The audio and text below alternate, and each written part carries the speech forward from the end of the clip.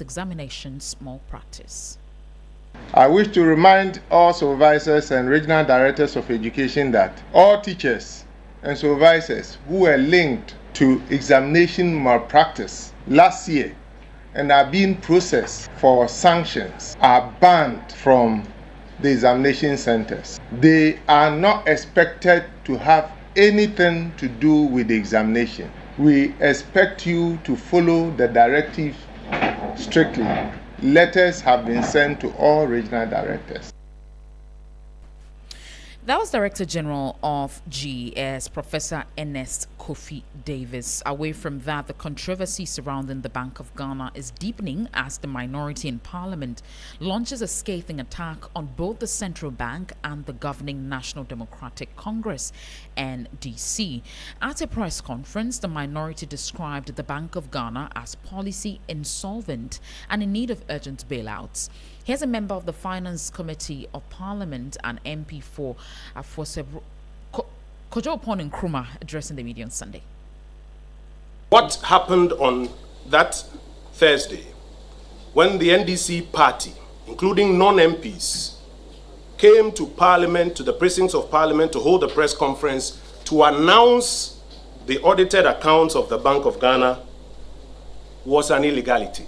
Not only was it an illegality, it was an act of blatant politicization of the Bank of Ghana and its work.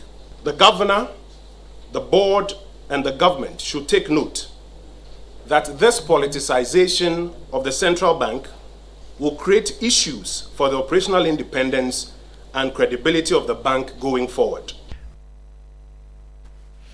Kojo Upon Nkrumah is a member of the Finance Committee of Parliament. Away from that, Energy Minister John Abdullahi Jinapor says a nationwide timetable for transformer upgrades will be released anytime this week to improve electricity distribution. Government has installed 140 transformers so far, with 300 more set for deployment as part of a broader plan to install over 2,500 units nationwide. Due to the tenacity, the hard work of the engineers from VRA and Gridco, in less than 1 week, you restore and Yamonkania Nina at the Aban normal. And the minimum can say, and Kaniano, as at yesterday when I got the briefing, not only are we meeting national demand, we are exporting power to Burkina, we are exporting power to Cote d'Ivoire, we are exporting power to Togo. Now, what you are here, a detailed timetable for transformer replacement and upgrade exercise. Last week, 140 you're publishing in Yina. Now what you are here 300 you're publishing in Yina. Energy Minister John Abdullahi Jinapor speaking there. Meanwhile, Managing Director of the Electricity Company of Ghana, ECG, Engineer Julius Bibina, has assured consumers that the country currently has sufficient power generation to meet demand. He spoke on hot issues on TV3. As for having enough, yes, we do have enough. We stopped load shedding on Wednesday, even before the last two generators were synchronized onto the grid. So we have sufficient power to distribute, and we have not shed load since Wednesday. Right now, we have enough to supply all our customers, and our demand is about 4,300 megawatts. And all our customers are receiving power. Before the last two generators were synchronized, we have stopped load shedding. So it means that we have the last two capacity as buffer to supply our customers. Just before we go, Ghana made some positive strides on the World Press Freedom Index 2026, moving 13 positions forward from 52nd in 2025 to 39th in 2026, according to Reporters Without Borders. Now, similarly, Ghana improved in the African ranking by moving to 6th position. However, the Media Research Institute says whilst Ghana latest on the World Press Freedom Index is a positive stride worth a pat on the shoulder, it is not impressive to warrant a wave of a white handkerchief given the country's potential to do better and pedigree as a pace setter in Africa's emancipation at all fronts. Now, it takes It says taking 13 steps forward is good, but beyond the numeric progression Ghana strides towards, the desired threshold is not impressive. And that's how we wrap up the morning news here on 3FM 92.7. For more details, kindly check out our website, 3news.com. I am Christabel. Success Trevor. Business is up next on Sunrise.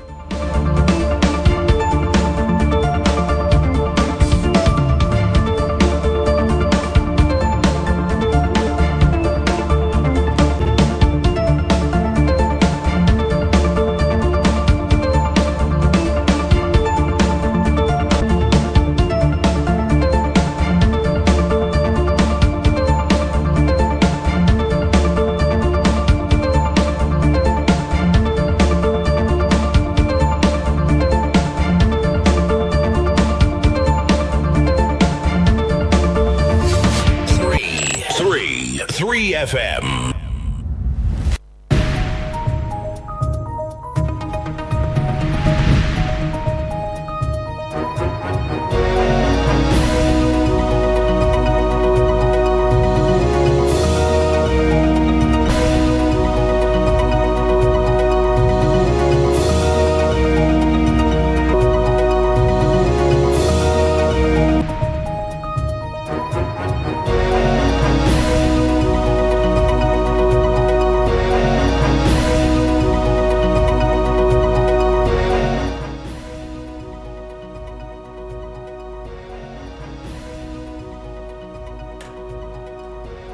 Good morning, welcome to the business news on Sunrise. Coming up this morning, minority in parliament alleges Bank of Ghana is policy insolvent amid gold reserve sell-off and demands urgent bailouts. We were supposed to see maybe reduce. When you deduct the 16 billion from the 12 billion, you will be in negative 4 billion. Negative 4 billion puts the Bank of Ghana in policy insolvency. Also, government records 7th straight undersubscription in weekly T-bill auction amid a shortfall of 571 million cedis. Plus, Professor Bokpin observes Ghana's service sector fuels 6% economic growth, but employment lags behind. We were supposed to see maybe reduced growth, but we saw growth at 6%, right? But that growth is not job rich, because it's growth that is more than 50% driven by service sector. We've got details for you. We'll bring you all our headline story shortly. Please stay with us.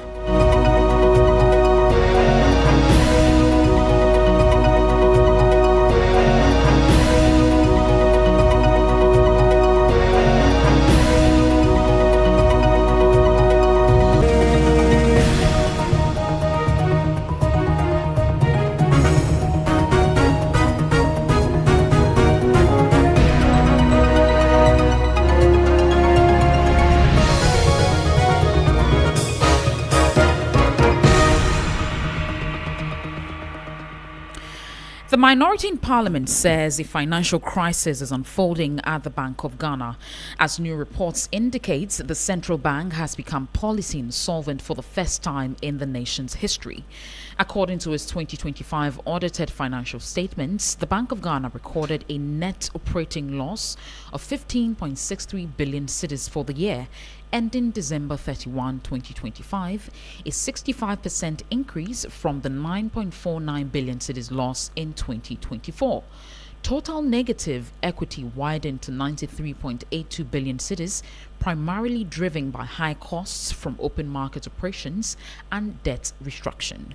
At a media briefing on May 3, Kojo Nkrumah pointed to recent government policies and a controversial sale of national gold reserves as the primary drivers of this fiscal instability. This policy insolvency is as a result of new policies that they have introduced at the bank.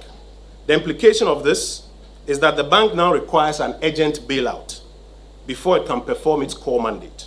Today, we just want to expose this sad fact, which the government is trying to hide from the Ghanaian people, that on the watch of the NDC, for the first time in our history, the Bank of Ghana has become policy insolvent. The net gain from the sale of refined gold at 9.5 billion Ghana cedis. To arrive at that 22 billion, they had to sell about 50% of our gold assets to generate 9.5 billion cedis so that they could arrive at 22 billion. The reason is that around October 2025, they realized that they were in the negative. So to cover this up, they employed some clever accounting by hurriedly, and that's why you recall that when we kept asking why was this gold sold hurriedly in the last about 2 months of the year, they couldn't explain, only to say that this year 2026 they were going to start accumulating new gold reserves. It was to generate artificial revenue of 9.5 billion. Now if you take that 9.5 billion out of the other incomes, you will come to 12.7 billion.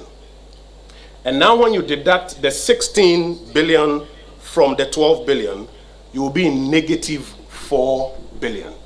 Negative 4 billion puts the Bank of Ghana in policy insolvency. Government of Ghana struggles to meet its domestic borrowing targets continued on April 30, 2026, as the weekly Treasury bill auction recorded its 7th consecutive undersubscription of the year. The shortfall amounted to 571.21 million cedis. There's more in the following 3 Business News Desk reports.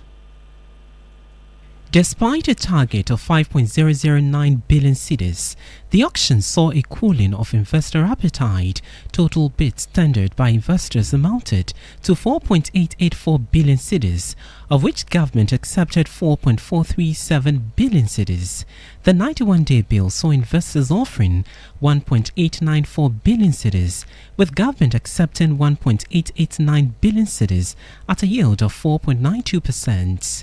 For the 182-day bill, all 764.25 million cedis in bids were accepted at an interest rate of 6.97%. The 364-day bill's bid totaled 1.829 billion cedis, while government took 1.784 billion cedis at a yield of 10.19%. The subscription rate was 97.51%, while the undersubscription rate was 2.49%.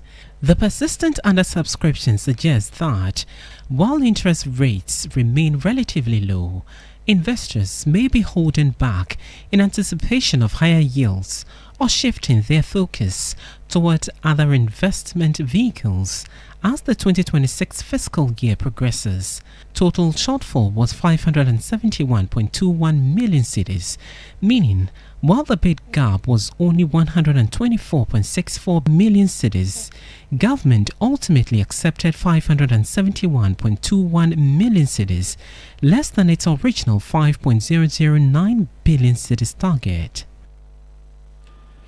Recent economic data reveals that Ghana's economy has achieved a robust growth rate of 6%. However, Professor of Finance at the University of Ghana Business School, Godfred Bokpin, is raising concerns that this expansion is not translating into a significant increase in jobs, highlighting a disconnect in the country's employment growth relationship, a trend noted as one of the weakest in West Africa.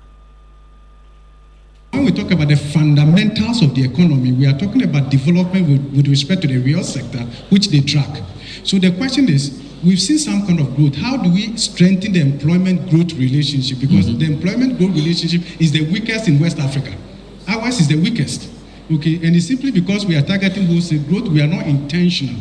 So even when we have done all this tight monetary policy and fiscal, we were supposed to see maybe reduced growth, but we saw growth at 6%, right? But that growth is not job rich, because it's growth that is more than 50% driven by service sector, by ICT. Okay, so if you look at the economy broadly, the economy hasn't grown in terms of growth that will also deliver what? Jobs. I heard a narrative somewhere where someone said that the economy has created over 1 million jobs. If you look at the former wage economy, the economy has added just around 139,000. Right? So those are the things that we need to work on.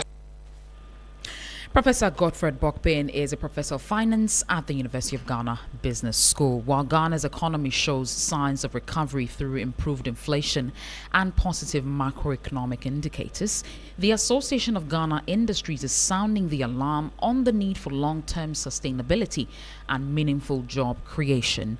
The current economic structure, which has remained largely unchanged for years, is being criticized for its inability to deliver steady.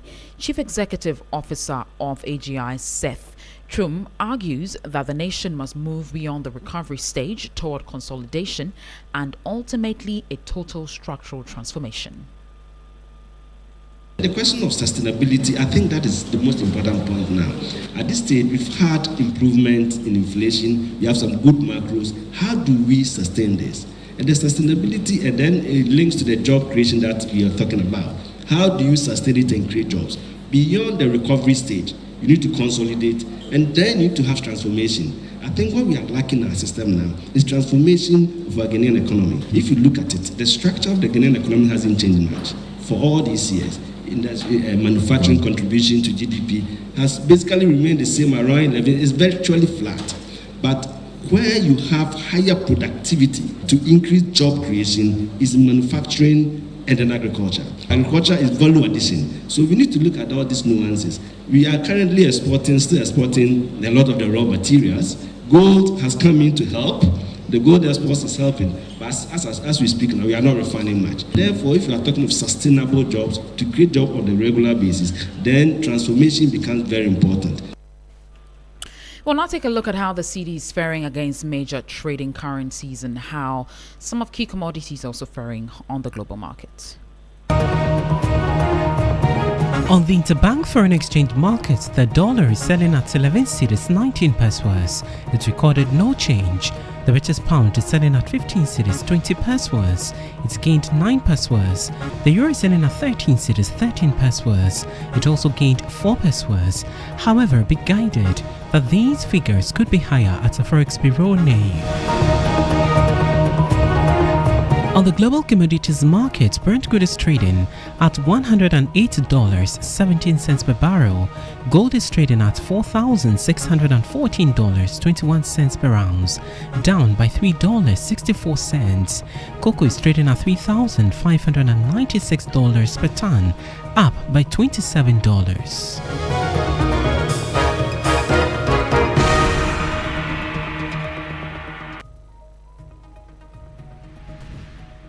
That'll be all for the business news here on Sunrise. For more business stories, please check out our website, 3news.com. I am Christabel Success Treve. Sunrise continues. Johnnie Hughes, Mawuena, Egbeta is standing by. Don't go away.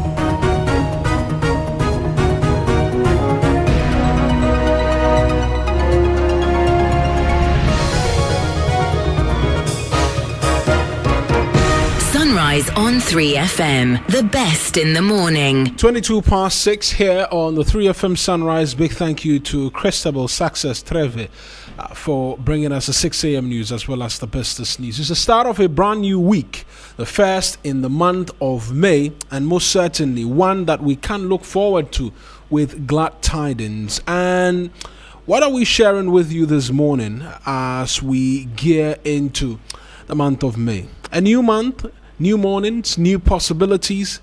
But today, let's think about this differently. What if this month is not just something you entered? What if it is something that has been waiting for you? Waiting for the version of you that finally stops doubting every step. Waiting for the decision you've delayed for too long. Waiting for the courage to move, speak, and begin.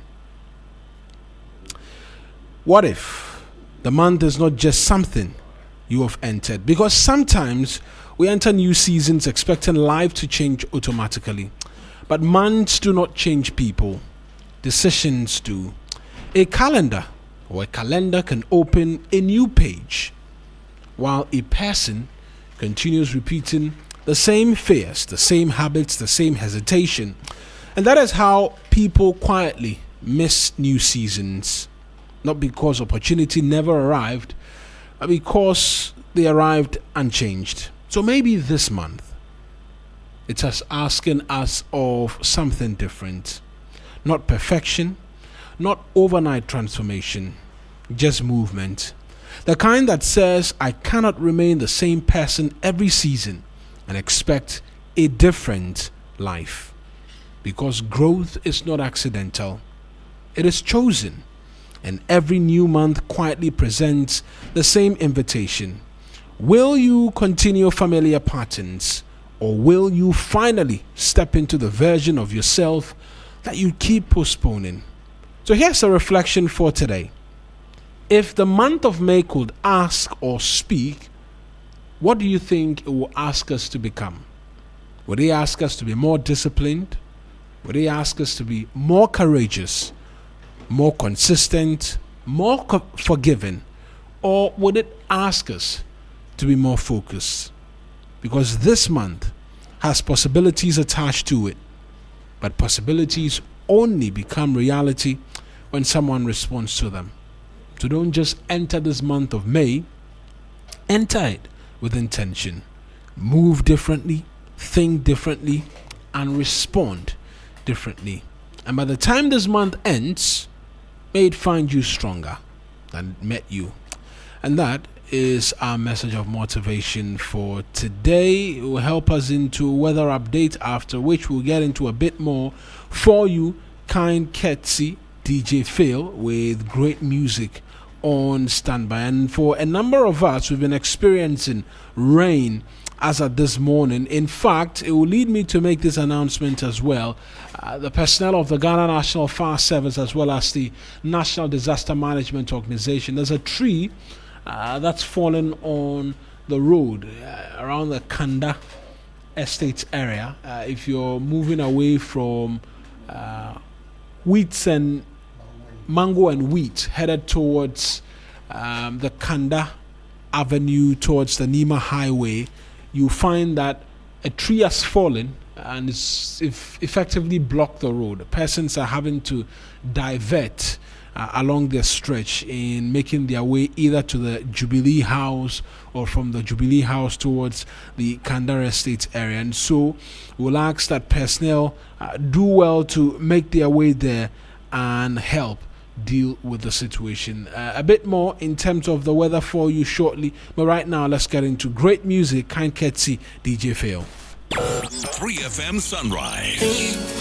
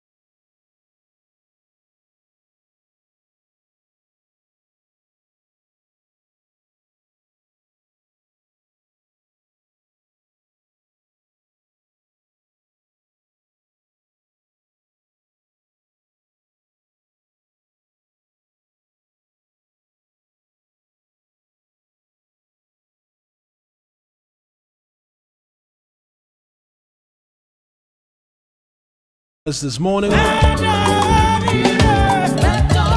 saying good morning to Johnnie Hughes as well, who's in studio Eric this Mawuena morning. Egbeta. Chief, I Great trust guy. that's all as well. Great guy. Charlie, how did the weekend go?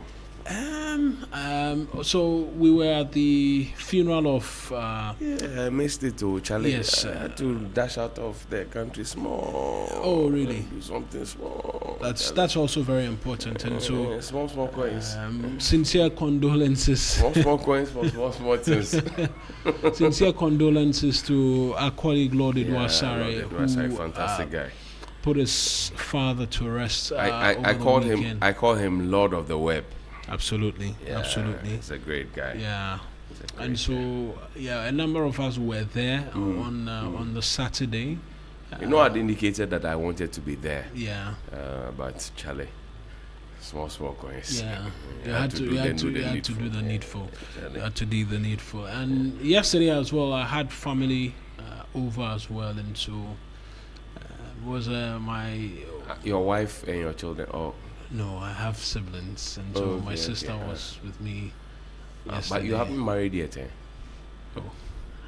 I'm asking, yes. This subject matter of discussion. Yeah, Phil is even asking what kind of question. It's a police question. What kind of question is that? But you haven't married, eh? As my seniors like Phil and Co are still in the game. No, Phil, he has scored one goal already. He has scored one goal. He has scored one goal. No. He did the free kick already, long time. So if you want to follow Phil, you'll be in trouble. Oh. They say you should follow who knows road. Phil knows road, so follow him. Well, I mean, we're coming up. Like I always say, when the lucky lady is there. When you and Sixtus make the point, I always say that Idimuchi. So we continue to follow him. How long will he continue to be behind us and not be on the same wavelength? Soon enough. Soon enough. Jesus said soon, so soon. Should I call Jifa Bampo for you? Boss chick Jifa Bampo, should I call her for you? Oh no, I'm not sure. It will be we have gotten to that point. No, we haven't gotten there yet. But so soon enough.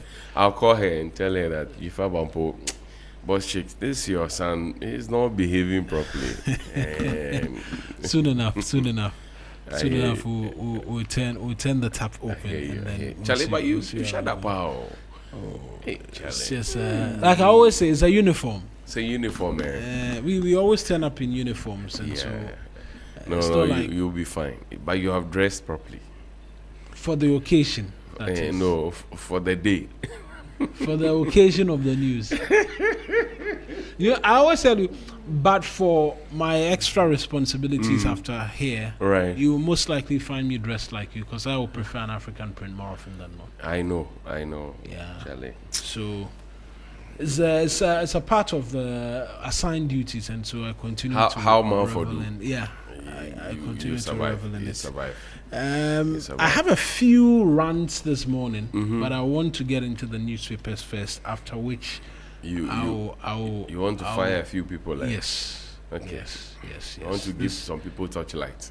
Yes, I'll support you. I think with 100 bags of cement. I think some of the government appointees, ministers of state, as a matter of fact, they are not behaving properly. Yes, we were promised a reset, and a ministry like the sports ministry, they are not delivering on that reset. I'm talking about some. It's been black stars throughout.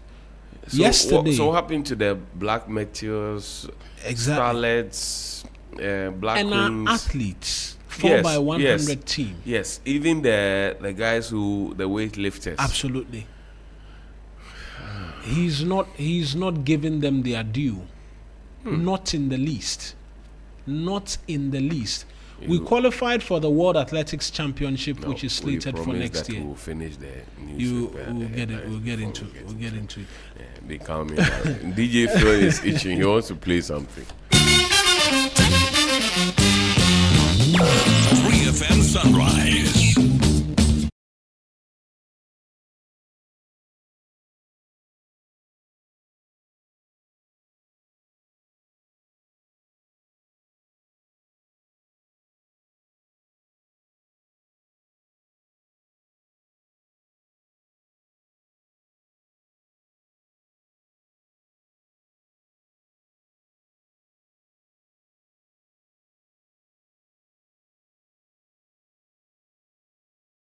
Banner story. Government targets fair pay. Independent Emolument Commission to remove Article 71 distortions. President tells workers. This was at the May Day celebration on Friday. Finance Minister files tax returns to boost compliance. Public office holders must account to the public.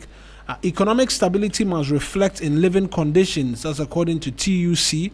2026 BEC takes off today, and Asantehene Anes Angela list. We wish the BEC candidates absolutely well. Yeah, we wish them all the best. I wrote mine in 1999. Do a die, no go lie. That was a long time ago. And I wrote mine in 2010. Can you imagine attending Saito and writing your BEC in a private school? Charlie. As in, that was the examination center? Yes, St. Teresa's. But I went to Saito. The story will be told, or the story is being told? No, the story has not been told. We will tell we will tell it properly one day. But we wish all the BEC candidates well. We pray that they will pass their exams, graduates and graduates, and the guy came to brag to us, and then we will blow the paper. When he finished, the paper blew him. We will blow the paper, Ankaza. But we celebrate him anyway. Yeah, I think he was around. Was it last year or something? Yeah. He came because he bragged to Portia. Then before realizing, so we will blow the paper, Ankaza. We have graduates and graduates. The guy, see that in top. Charlie. Graduates and graduates. So, anyway, to all of the 620,000 candidates who are beginning this year's BEC, we wish you all the very best. And like I said, all the best to you. And may you blow the paper, Ankasa. So that's the front page of the Daily Graphic. I'll move on to the Ghanaian Times next. Averting power crisis. Government eyes 1,200 megawatts gas-fired plant. As the president, the BEC kicks off nationwide. Over 620,000 candidates to sit. Asantehene Anes Angela list. She not the owner of Adamus? Yeah. She is the owner of Adamus, who have been fighting an illegal mining tag slapped on them by the Minerals Commission and the Lands and Natural Resources Ministry. Will turn stability into jobs. President assures workers on May Day. Defilement tops child abuse cases in Ghana. Child Rights International reveals on the back page. I think I didn't do the back page of the Daily Graphic. Yeah. On the back page of the Daily Graphic, they had Mediama stretch lead after Adams double Kotoko suffers third straight loss. Good morning to you, Napo Ali Fuseni, one of the biggest Asante Kotoko fans I know. You are languishing in 8th. Napo, your team is languishing in 8th. The man is on leave. Why are you tormenting him? So I'm reminding him his team is languishing in 8th. That his team is losing. Yes, and House of Hope, we are 3rd. Oh. We should have been first, or could have been, but Napos. It's all good. Why are you doing that to Napos? Napos is supposed to be a good guy. He's a good guy, actually. On the back page of the Ghanaian Times now, Mediama stretch lead hard stand Nations FC. Hokwe United banned over GPL withdrawal, and Swedru All Blacks Days Vision FC. The Today newspaper, 600,000 ready for BEC kickoff. More often than not, we have a number of the pupils who don't turn up to write the paper, and so because hopefully, they are pregnant. Yes, some are pregnant. They are not well. They are not. A number of issues come up, but we're praying and hoping that the numbers will be reduced as to those who do not turn up.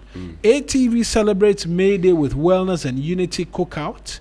Mahama opposes withdrawal of OSP prosecutorial powers. Akosombo back. It's a big banner story as well. Daily Democrat, Julius Debra salutes workers. Your sacrifice drives national development. Ghana needs purposeful tourism storytelling. Rebecca Ekpe. Professor Kwao Kume champions nursing excellence training. Asantehene Anes Angela list, and Kolegono Central SDA launches Coastal Crusaders Club. The Republic Press is the last paper I have. BOG report 15.63 billion cedis loss as negative equity worsens amid policy pressures. Mahama pushes for powerful OSP despite legal storm. GJ hails Ghana's rise in global press freedom rankings on World Press Freedom Day. Akosombo Power Station fully restored. Energy Minister is saying this. Police intercept truck with guns and 11,000 rounds of ammunition at Nkwanta. Hey. AMA bans drumming, noise making, and roadside preaching from May 4. That is today. Yeah, that's today. That's when they ban on drumming and noise making. Accra will regain its tranquility, tranquility and calm sense. Yeah. This 11,000 rounds and guns. Okay, we'll get details of it, but those are the papers I have. The New Finder newspaper this morning says Ghana's growth outlook dims slightly according to Fitch Solutions. Bank of Ghana records 15.6 billion loss in 2025. Government targets 1% of GDP annual investment to drive creation. Ghana's digital agenda calls for SME AI adoption, and labor market recovery lags despite stable economy, according to an analyst. Also on the Daily Guide, Sixtus' favorite newspaper, it says first 110 kilograms of Dama mine gold sold to Gold Board. Ibrahim Muhammad Bibi Abeba. Utum for honest Angela List. CRI, Child Rights International blows alarm. Child sex abuse cases surge in Accra. Good morning to brighter PR of Child Rights International. Buffer stock trial, court strikes out, AG's 2 witnesses and statements as well. Bank of Ghana, loses 44 billion Ghana cedis, not 15.6 billion, according to the minority. Kojo Ponkroma is the one speaking. Kojo Ponkroma was silent for a long while. He's now found his voice. Good morning to Kojo Ponkroma.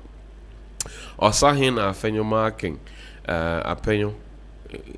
Boss, is it Apenyo or Afenyo? Yes, Apenyo. Like Apefa, unfortunately. A people without culture have no direction, and he's been very instrumental in this whole arbitrary supporting culture and tradition. Great guy by all standards. Bank of Ghana in critical care. Minority since 2025 losses is 44 billion Ghana cedis, not 15.6 billion Ghana cedis. Man 33 killed over witchcraft accusation. Family cries for justice as police probe stops Akrobe to maintained. This one is free promo. We will not do it.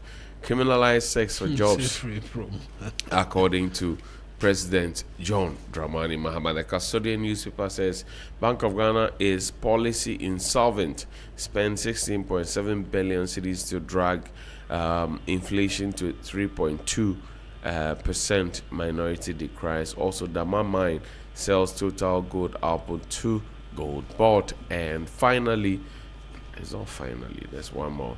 The news center says Dama Mine sells 110 kilogram of first output to Bank of Ghana through Gold Board. Also, 15.6 billion Ghana cedis net loss, 35.2 billion negative equity, and Bank of Ghana sold 27.6 tons of gold for $3.6 billion to cushion losses. That's what we have on the front page of the news center. And finally, for me, on the Daily Post, President Mahama joins global leaders in Gabon for the first international forum on innovation and development. Also, we have Dama Mine story also on the front page. Comes with a photo of Ibrahim Mahama and Sami Jemfi with his staff. And Baumia defiles as the pulpit. Oh, why did Baumia? How did he do that? Don't do that. Don't do that to Dr. Baumia. He's a churchman. He's a boys brigade man. You cannot do that to him. Mawuena, let's hear your pet peeve. So, we woke up to our athletics team. Right. They, by the way, have qualified for next year's World Athletics Championship, but they missed out on a final in the ongoing tournament in which they are in. And the athletes had to come out and complain on social media that there has been little to no support from government, the sports ministry whatsoever, in terms of how they arrived at the tournament, and even transportation to and from the place. I've seen some persons attempt to defend the ministry and try to provide reasons and justifications whatsoever for it is absolutely not necessary. I'm just trying to find the exact concern by one of our athletes, Abdul Rashid Saminu, because he put up a post yesterday, and I'm going to read. The Ministry of Sport in Ghana needs to do better. Don't set us for failure. If it was Black Stars, flight tickets will be ready months prior to their game. 14 hours flight, 16 hours layover. It's not acceptable for professional athletes. We're running with jet lag, no proper recovery. These are athletes who continue to raise the flag of Ghana high. When we held the All Africa Games in this country, and at Legon, and we came up with silver, falling short. You want me to talk about the money that was spent? That was no, we'll get into it, because I think when I spoke to the Deputy Attorney General, he mentioned that all of those cases, charges will be filed possibly this month. Hey. And so we will also ask Dr. questions. Dr. I said that to you. He said they are going to chase people. Yes, a number of such charges will be filed, hey, and Phil, people. So we will get details. We'll get details, but I digress. Yes. These are individuals who have held the flag of Ghana very high. This government campaigned on the promise of a reset. Right. That things done in previous times would not be done under this administration. That's correct. We have returned, and concentration has been purely on the Black Stars. Purely on the Black Stars. This same Black Stars has disgraced us time without number. If there's an administration which suffered severe embarrassment, it was at the 2014 World Cup. Am I hearing Otuado? No. It was at the 2014 World Cup. Yeah. When monies were flown, and it was carried live, but every international media outlet that we know. With a helicopter. And somebody chop slap. Yes. From that 2014 World Cup. If there's an administration which promises to do better and must be doing better, it is not this administration that should be disappointing us in that direction. We cannot have athletes who you don't provide training for. You don't provide you literally do not give them an incentive to want to participate or want to wear or don attire that belongs to this country. And yet, time without number, they go the extra mile to put themselves out there to compete. How much is a flight ticket for the sports ministry if you want to compare it to the Black Stars? How much is a flight ticket? How much will it cost us to say that, oh, our 4x100 relay team or our athletes who are doing this, who are doing that? We went to the Olympics, and what's the name of was it Rosemary? She qualified for the Olympics high jump. We couldn't afford to take her personal trainer with her to the tournament. Yes, that was under a previous administration. But we promised to do better. Times have changed. In fact, this team which qualified to the World Athletics Championship for next year had just 4 individuals on the team What happened if someone got injured? Because we couldn't afford to take an extra man to the tournament. You know, when we had that the thing at Legon, the sports tournament at Legon, the Africa they had to use their own Championship. bikes, and I don't know what's happening within our sports industry. For some strange reason, we find a way to impoverish the people, to stress them, and to make them struggle to achieve whatever it is that they want. I have not come to terms with it. It's painful to begin with, very, very painful. And like you rightly stated, Mr. Kofi Adams, MP for Boehm, should be looking in the direction of the sports ministry and be doing well for the people. It is not fine. It is not nice. Look, and not nice. and all of them, Benjamin Azamati said, look, they were competing against persons. The athlete. Yes. The first post I read, Saminu Abdul Rashid, was also an athlete. They had to get there a few hours and then they are on the tracks. Meanwhile, the people they are competing with were there 1 to 3 weeks prior, training. What sort of embarrassment is this? Why do we continue to set up persons who've dedicated, and we go around saying we are sports fund, we are looking for money, so that we will be channeling the money to just football players or what? DJ Phil, look for who let the dogs out for the minister. What sort of... No, but because it's not fair. It's not fair. They get there, persons have been training 1 to 3 weeks. They go there, it's just 4 individuals on the team. We were promised different. Will it always be... I used to go to the Kaneshi Sports Complex. Yeah. Where the weightlifters train. And sometimes you get there, they are hungry, say no more or no more. All of the other... And they are not competing for me. For the nation. They are competing for the whole country. All of the other sporting disciplines completely neglected. Let's play the song for the ministry. We are looking for millions. Activate the line. Activate the line. Who let the dogs out?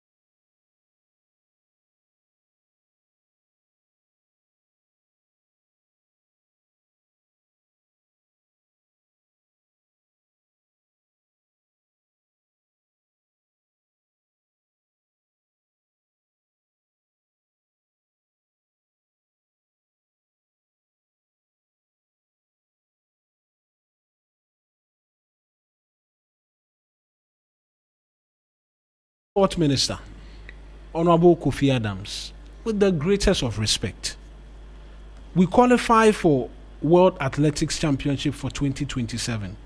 Then the one who runs anchor for us, the first thing he's thinking about is a complaint as to flight delays, running with jet lag.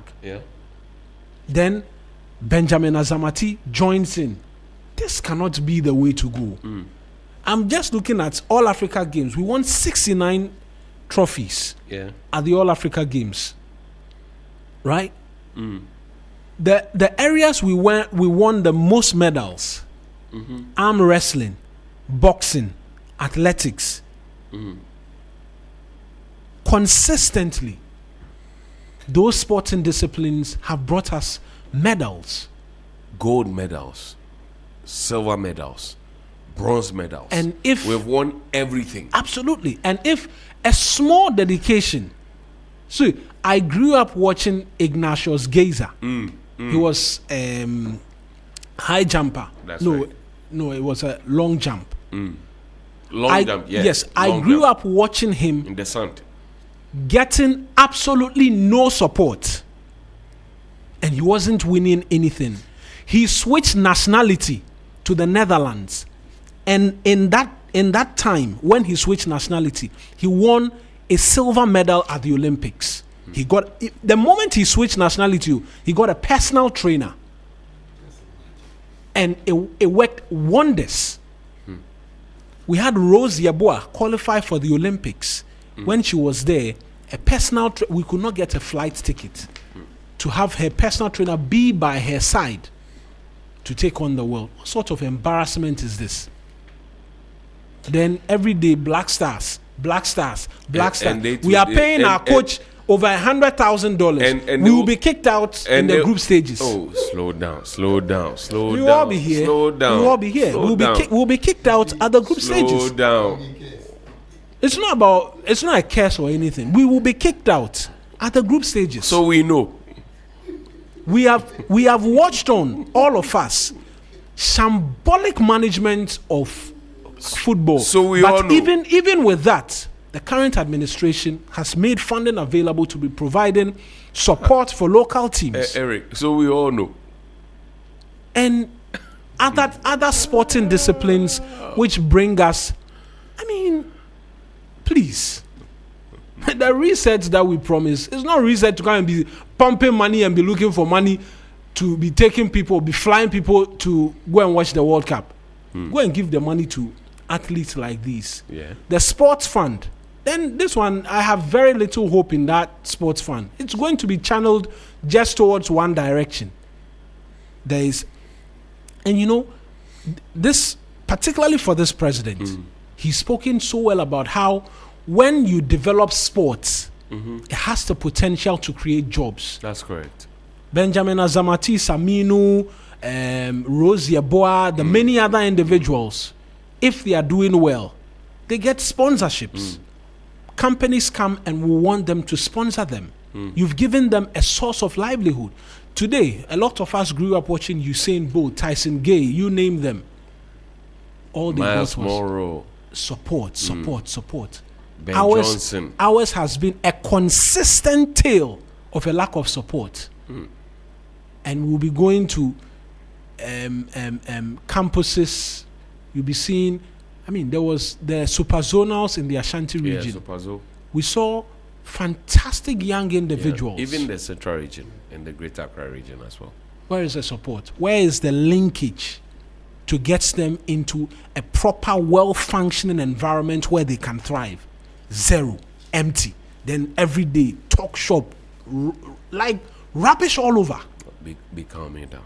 Like, I can't possibly fathom, right? I can't possibly fathom why persons will be wearing the flag. Like they don't go and run for their selves. No, it's not for their personal interest. They go and they're in the name of the country. And we can't provide them with the basics. DJ Phil, drop the song. Let the dogs out.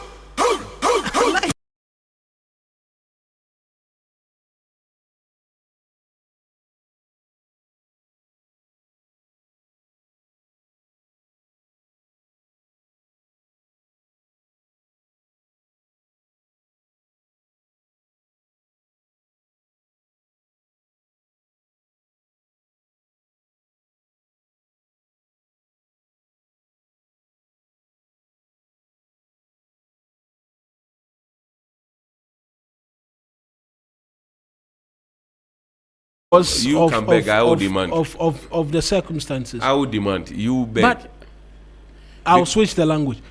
We demand look, a bit more respect for some of these. It doesn't athletes. make sense if the people are actually donning the flag and we take photo ops, we take video ops, we just leave them to their fate and it runs like that. Look, when we had the All Africa Games, we saw people whose bicycles got broken. They got destroyed. Embarrassment all over. Can you imagine? All over. Can you imagine? They were being put in pickup trucks and buckets and you know, Charlie. And we promise different. For me that's my problem. We promise different. So the people who promise different cannot come in and we will not be doing the difference they promised. Let's greet the Chief of Staff. The Honorable Julius Debra. Dr. Julius Debra, good morning to you. A very good morning to the President of the Republic, good morning to you. Absolutely. Professor Nana Jenopo Kwajima, good morning to you. Sports Minister Kofi D. Adams, good morning to you. Please avert your minds to the athletes. Let's greet you. Honorable Mahama Yarega, good morning to you.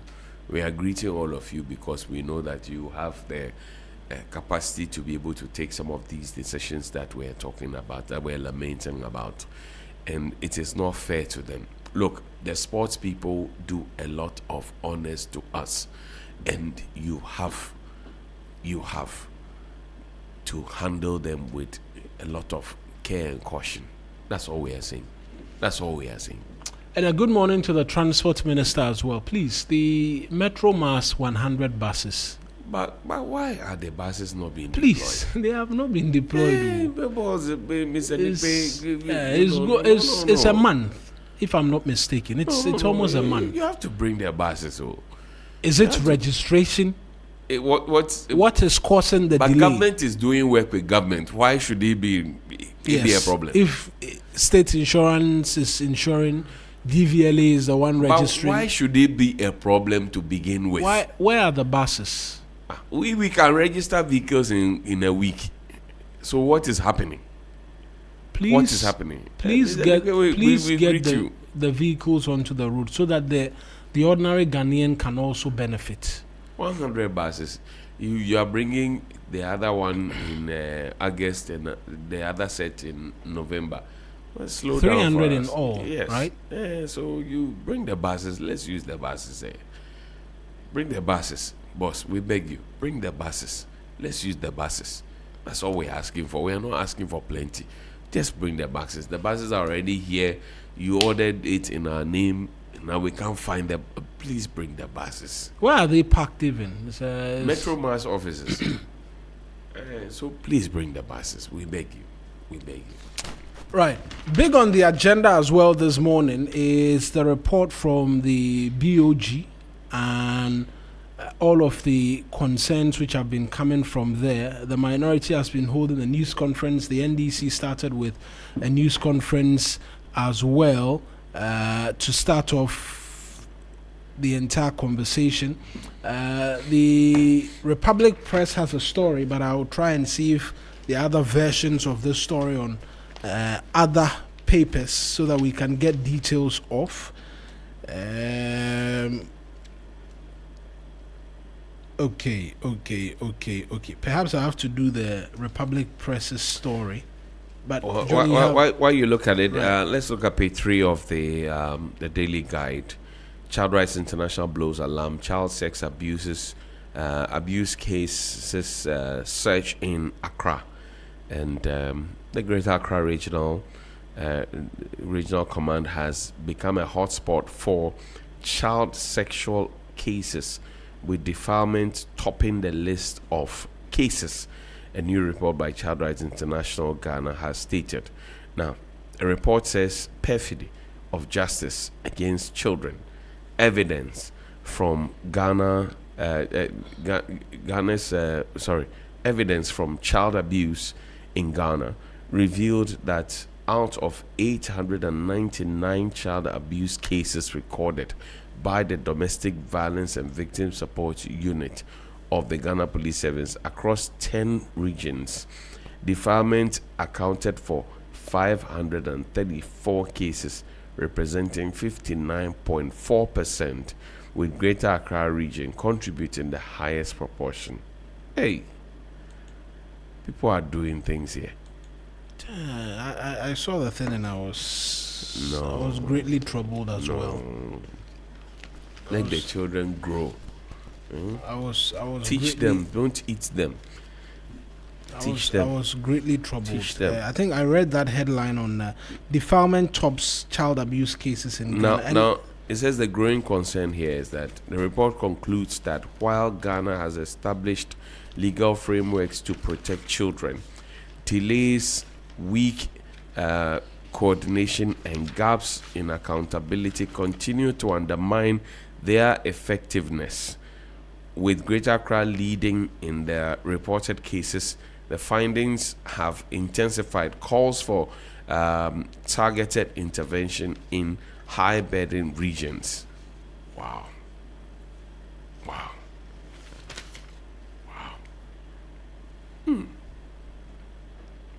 So if you have a girl child in Accra, you should be scared. You should be scared. It's troubling. You should be scared. Be scared. The details and what happens to prosecutions. And these are the ones that have been reported with DOPSU. So the ones that have not been reported, how do we account for them?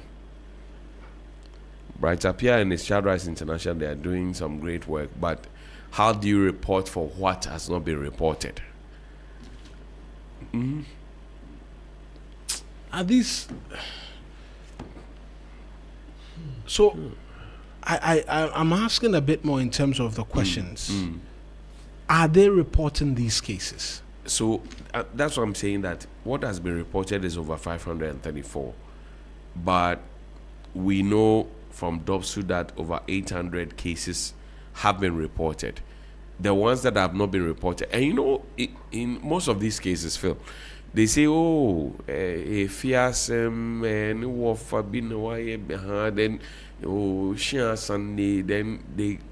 so they don't report those ones, and the girls are going through a lot of these things. They are going through a lot of these things. Prosecutions have not been mentioned in the in the report. Only that urgent action has been called for by Child Rights International. The impact of children and their families have also been reiterated. The systems that are under strain, regional concentration, the Greater Accra region, defilement dominates cases have all been mentioned. But beyond that, Charlie, we don't know who has been jailed for that. Now, Mawuena, the question comes to me: what is attractive about a 6-year-old child? What is attractive about the 6-year-old child? What is attractive about a 10-year-old girl? What is attractive? If you have lost all your morals, can you not hold the little that is left in peace? What is attractive about those kind of children? What is attractive about them? Really? It's concerning. Very, very concerning. I'll be very honest, and you put it rightly. What is attractive about them? These are your daughters. These are girls. These are children. What is attractive about them? Tell me. What is attractive about them? Tell me. I don't know how people gather such courage to go on that tangent to say, oh, this one, I can't even spew out the words. I can't do that. Oh. For me, I think we have to make a bit more examples out of the individuals who continue punish to them severely, who perpetuate actions like this. More often than not, for a lot of the families, they resort to and it will bring a certain level of embarrassment if the matter continues to go to court, and there's a back and forth, and so they resort to out of court settlement. And my colleague Sarah Penkro has had cause to follow up on a story like this. Portia Gabo as well. Portia as well. And in a lot of the instances, you find out that the victims and their parents are quite helpless. Right. Do not have the financial wherewithal to want to overly pursue. Yes, it becomes a subject matter where the state is the one who will prosecute, but they can't be even ferrying themselves to and from court every time. And talk of police visitations and all of that. And so the perpetrator often will just go and say, oh, wait, abanisa monfancheme, or it's come to this, and so let's forgive. And they find some monetary compensation. And for destroying somebody's daughter's life. And then that comes to an end. If you go to the and I'm saying this because of the knowledge shared with me by my colleague Sarah and Portia, the areas of Amasaman and the Gan West area. It's Amasaman. Amasaman. Yeah. As at the last time I remember, there was a case she was following up on which involved a man and her stepchildren. And the wife could not even follow up with the reports because this was still the individual who was taking care of the woman and the kids. And so it becomes even more difficult to report the matter, to deal with the issues, and to deal with it. In fact, they had tried to go to the police station, and in some of the instances, the police was not very helpful. So it's a complex web where we need a lot of these individuals punished for some of these despicable acts. I'm emotional right now. I don't know what is attractive about a child. I don't know. Maybe those who do it can explain to us what is attractive about a 6-year-old, a 10-year-old, 12-year-old. Maybe they can explain to us why they do that rubbish. But it doesn't make sense. I don't know. I don't know. Sometimes, look, there have been instances, Mawuena, of a 6-month-old baby who has been raped by or defiled by an elderly man. And you're asking, what is attractive about a 6-month-old baby? Eric.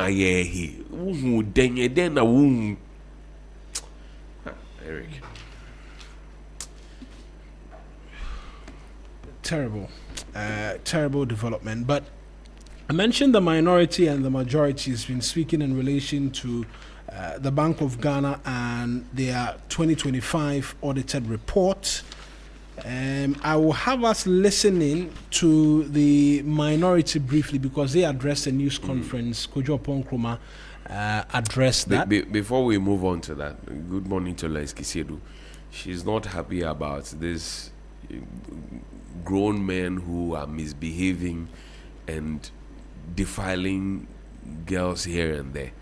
It is not fair. It is not fair. It is not fair. Find me a Bleobi song. Find me that song. Let's play it for them. Those who do that, let's embarrass them this morning. And let's do that deliberately. They are not supposed to be doing that. Allow the young girls to grow to their full potential. You know, when those things happen, when you talk to the psychologists, they tell you that sometimes the girls are not confident enough after they go through that harassment, right? And they are not able to rise to their full potential. The trauma will live with these individuals. The trauma will live with them forever. Why do you do that? What is attractive about a small girl? What is it?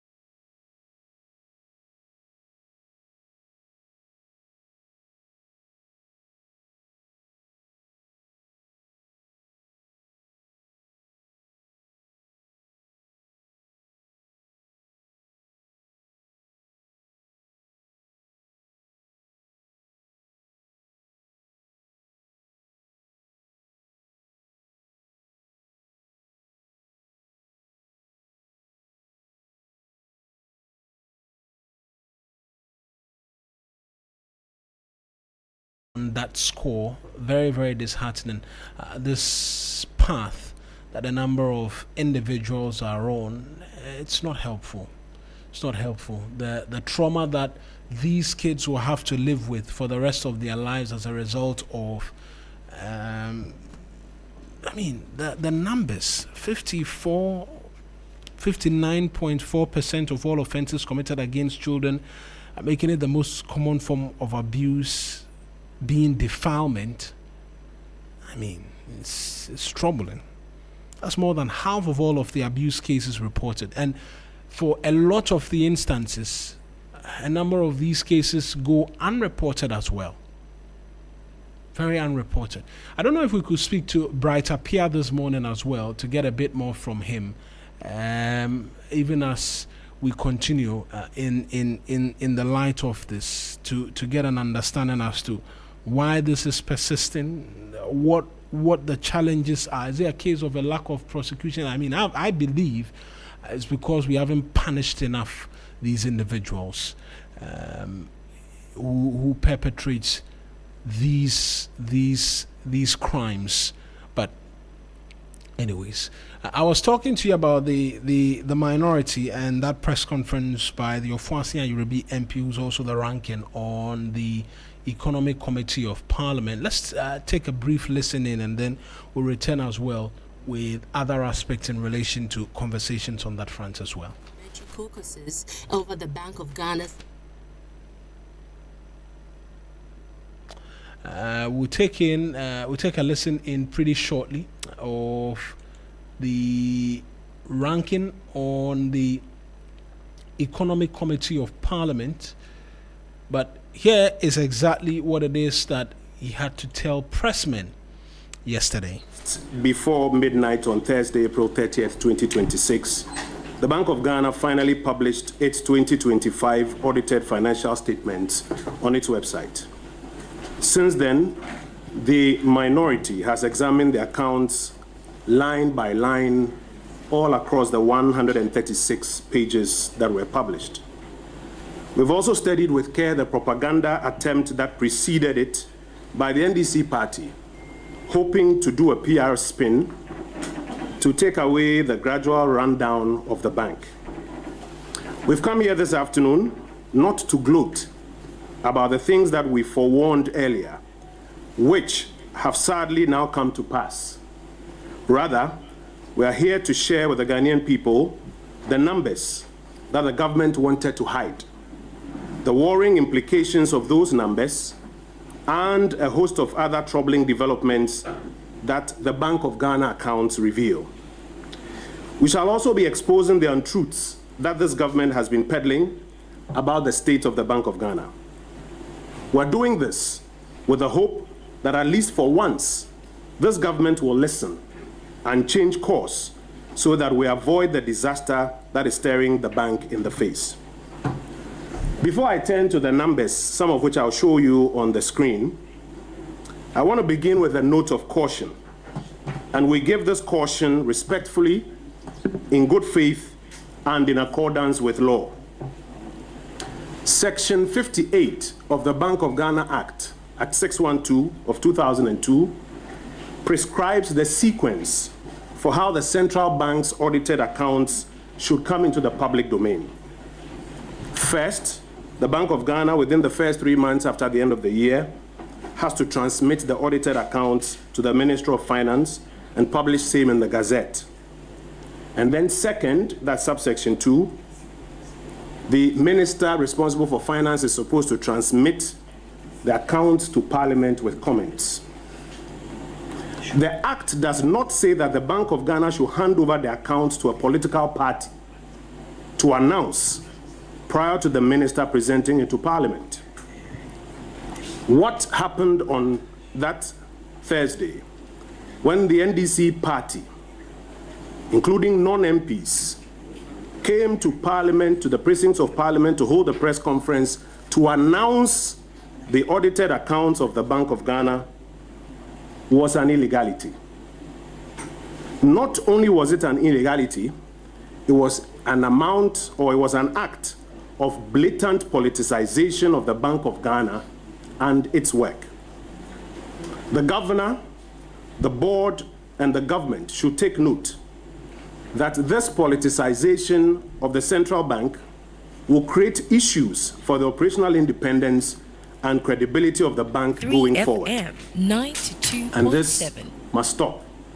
Mr. Governor, if you allow the NDC party to dictate to you how to comply with the laws, you will set precedents that will collapse the operational independence of the central bank.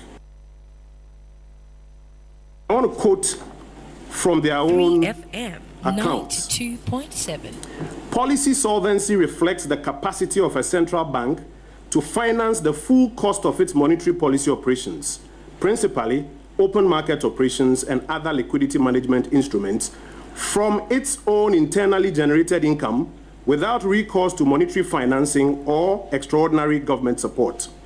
And this is how it is measured. It's in their own account. Is the difference between the operating income from core activities and the interest cost of sterilization instruments. So when you take all their revenue and then you take out their core cost of sterilization or open market operations, if you are in the positive, if you have surplus, then the Bank of Ghana is still policy solvent. If you are in the negative, then the Bank of Ghana has become policy insolvent. And we regret to inform you that despite all the propaganda, if you look at the numbers, for the first time in our history, the Bank of Ghana has become policy insolvent. Now, let me take you to the numbers for you to have a look.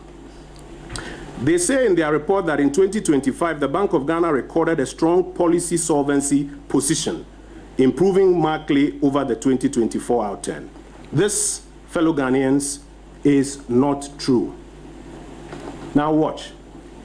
Policy solvency is when you add all the incomes so that you get income from operations 22 billion, and then you deduct the cost of open market operations. Sunrise on billion. 3FM, That is the math that best they in have the done morning. And are explaining that they are 5.5 billion Ghana cedis in the surplus, and that it is markedly higher than the 793 million that the previous managers of the central bank left for them. Now we're going to show you why it is not true. The highlighted line, the line we've highlighted, shows the net gain from the sale of refined gold at 9.5 billion Ghana cedis.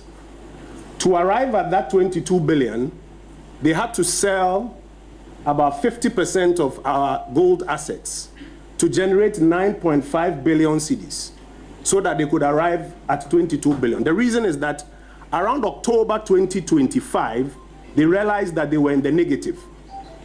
So to cover this up, they employed some clever accounting by hurriedly, and that's why you recall that when we kept asking why was this gold sold hurriedly in the last about 2 months of the year, they couldn't explain, only to say that this year 2026 they were going to start accumulating new gold reserves. It was to generate artificial revenue of 9.5 billion. Now if you take that 9.5 billion out of the other incomes, you will come to 12.7 billion. And now when you deduct the 16 billion from the 12 billion, you will be in negative 4 billion. Colleagues, negative 4 billion puts the Bank of Ghana in policy insolvency. This is the sad truth. This is the truth which the bank discovered in October and thus rushed to sell 50% of our gold reserves to generate artificial revenue to try and cover that deficit or that policy insolvency position. A one-off asset sale to cover the truth is not sustainable. So this year, which asset would they sell to cover it? The Bank of Ghana cannot continue selling assets to cover their policy insolvency. The best in the morning is on 92.7. Sunrise on 3FM. Its policy insolvency is operating on borrowed time.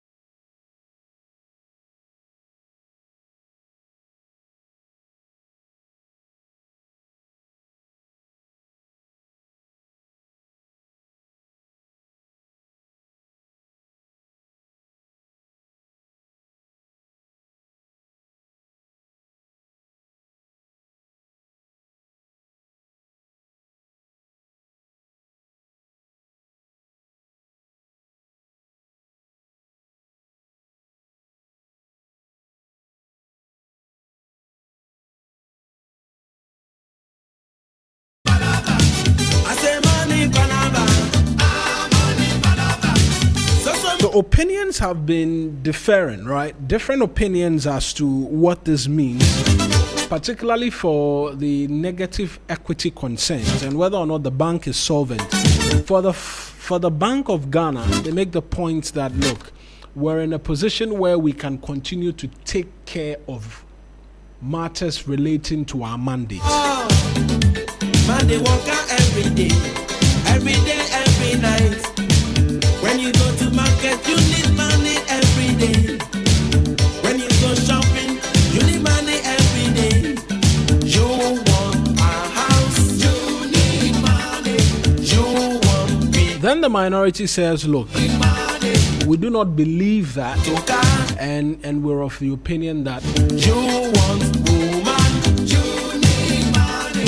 Sometimes the losses point to a more worrying development within the central bank. Sometimes wake up in the morning, your soul is willing, but the body's weak. There's an interesting article One time to the top. that's will be out shortly, One time to the top. and I will gladly share to all of our listeners as well, because I've had the opportunity of being able to preview it.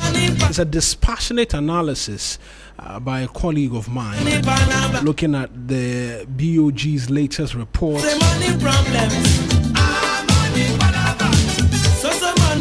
He asks a question: stabilization cost or structural deficiency? By the time that is done, or in terms of this analysis, one thing is certain: the Bank of Ghana took severe hits as a result of open market operations, which drove down inflation significantly. Two truths can exist. Then there is a concern as well as to negative equity rising. Now, in the mix of that, as well is overhangs from other economic decisions which were taken. And so, yes, the BOG may not be financing government budgets now, but it's taking a hit because of the DDEP and the fact that the coupons and the rates and how much they are supposed to be receiving, they're not receiving in those sums as well. So it's a complex web. But top of it all is the recapitalization agenda, right? Our government is seeking to recapitalize the central bank. And per the BOG's Act, that's supposed to be done. Yet we haven't seen a clear pathway to recapitalization. A timeline has been set by 2032 for that to be done. And so that's roughly 6 years from now. How will that be done is one of the many questions as well which requires answering.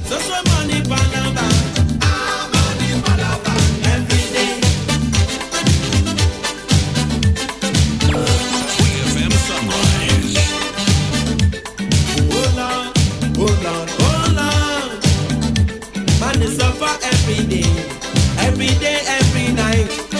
Sometimes wake up in the morning, your soul is willing, but the body's weak. Sunrise on 3FM.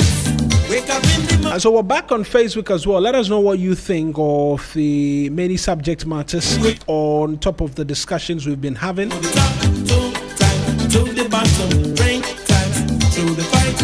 Money, money, money, money. I say money, palava. Money, palava. I say money, palava. Sunrise on 3FM. Money, palava. So money problem. Money, palava. Every day.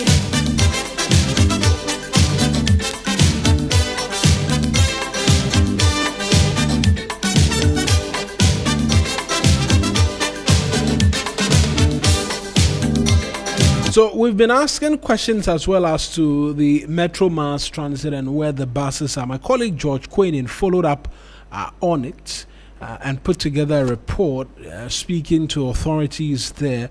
Here's what they told him in this report and why the buses are yet to be on the street for you and I to hop on and get to our various destinations.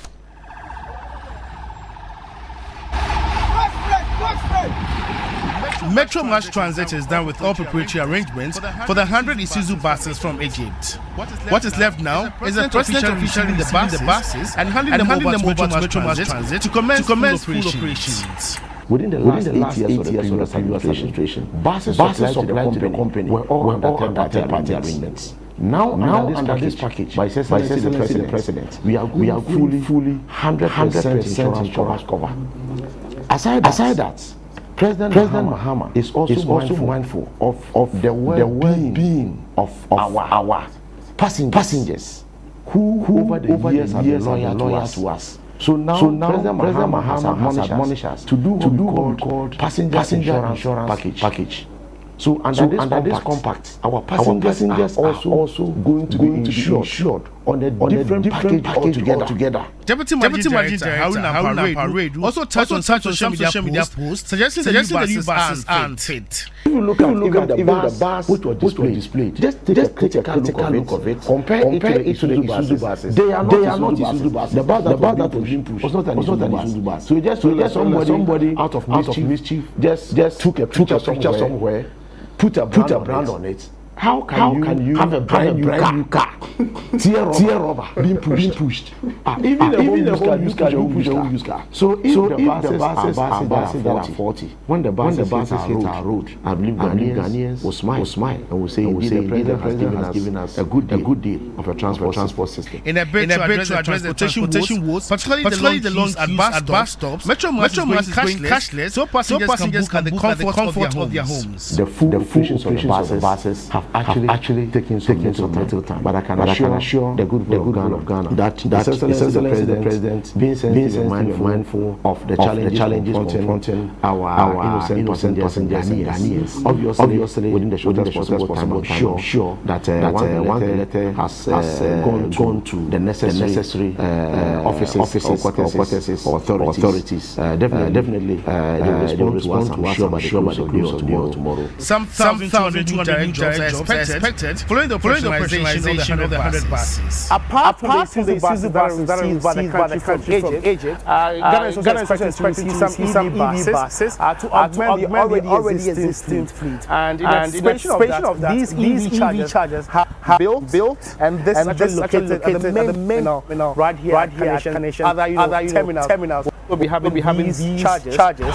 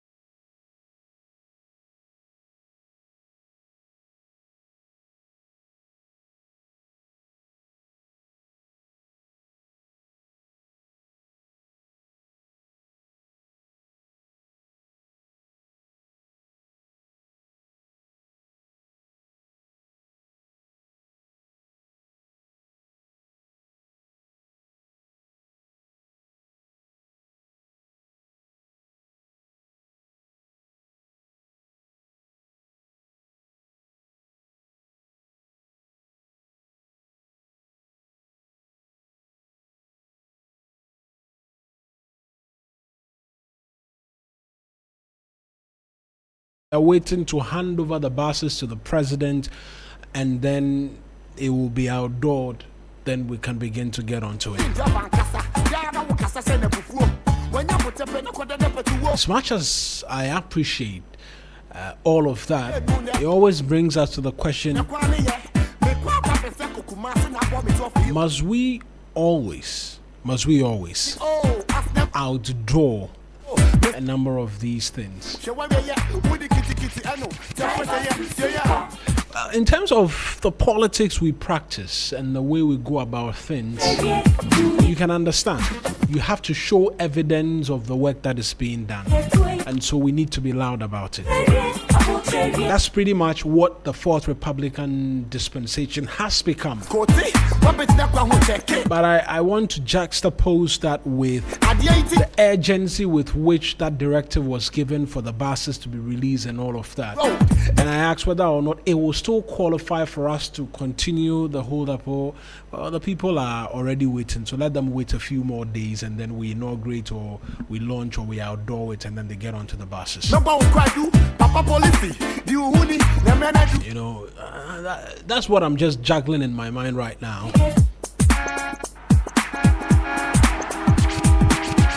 So whether or not that then becomes necessary, because if it's all clear, it's all been registered and not everything, get them on the road. Get them on the road. And let's have people using them. Let me know what you think as well. Find us on Facebook where we're back streaming. On YouTube as well. You can send a message with Twitter if you're on Twitter using the hashtag 3FM Sunrise. Or my personal Twitter handle, Mawuena Eric, or you find my full name Eric Mawuena Egbeta there as well. And you can share thoughts with us from the lack of support to our athletes or in other disciplines to this transport matter and the release of the buses, which we understand will be handed over to the president for him to officially outdoor in the coming days, and then they get onto the road. Then as well, the unfortunate disclosures by Child Rights International. 59% of abuses to children defilement. Surely that cannot be the way to go.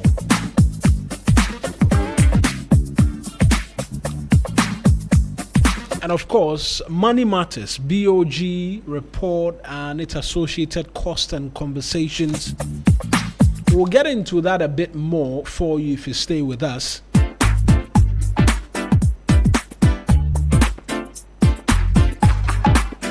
And as part of the many musings for us here on the show,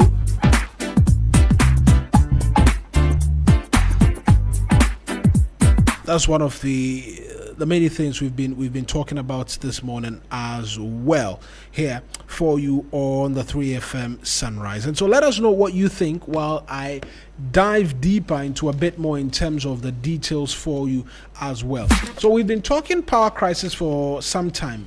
I didn't really fancy calling it a crisis in sincerity. So a challenge persisting. The president has been promising 1,200 megawatts more.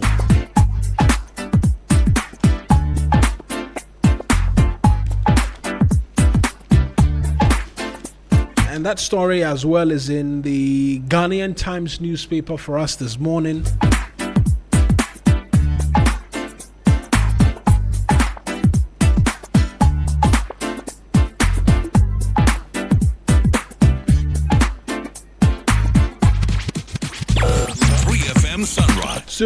Stories by Julius Yao Petechi in Koforidua, and the government is taking steps to avert a possible power crisis with plans to add 1,200 megawatts gas-fired electricity generation plant. As according to the president, he said the move would increase Ghana's installed electricity capacity from the current 4,300 megawatts to about 6,000 megawatts. Speaking at a town hall meeting in Koforidua last Saturday as part of his Resetting Ghana tour of the eastern region, President Mahama said the need for increased investment in the power sector had become more urgent following recent supply interruptions. Same president has been saying they will turn stability into jobs and prosperity on Workers' Day.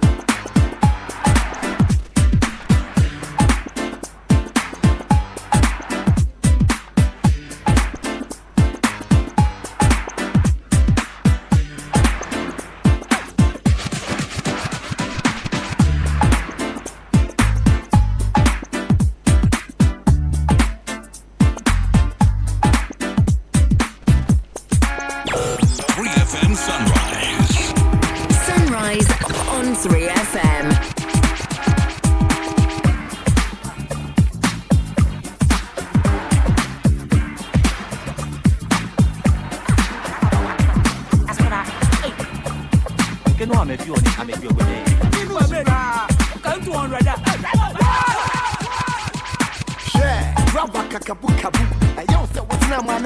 Well, this song as well that DJ Phil is playing is very important because over the weekend there was a footage of a vehicle involved in an accident where I was hearing a marketing manager at Promasidor unfortunately did not make it from that incident. I tie that in with what has been a matter of concern. The Accra Kumasi road, that's the only one that we have. There was severe gridlock on it this weekend, and it got me asking quite the question. Consistently we hear reports as to heavy traffic on the road and people stuck in traffic for up to 13 hours. I don't know how that is the case or what is constituting a challenge like that, but for persons to be stuck on the road for 13 hours means something is not happening right. And it's not the first time we're reporting or we're getting news of a development of such a nature as well. We know that the Roads and Highways Minister has been up and about. He was in the Ashanti region last week inspecting a number of projects as well. Who is the contractor on the road? And what is causing the hold-up to bring about discomfort in such high volumes? It will be important to know and appreciate what the challenge is and how that can be fixed, so that persons do not have to spend such a long time on the road as well. When it is a guy I overload, Kakao budget to Shamanasi Road. Anywhere I mean it to better than oh, as a number of crow, as I walk road. Down now just a home. Then come for me, who yes, Uncle Castle, and drop a bounce at the Sabu. Mississippi, me famous, we IGP, number one cry do, Papa Policy, do you honey, a man I do, a man I do, a man I do.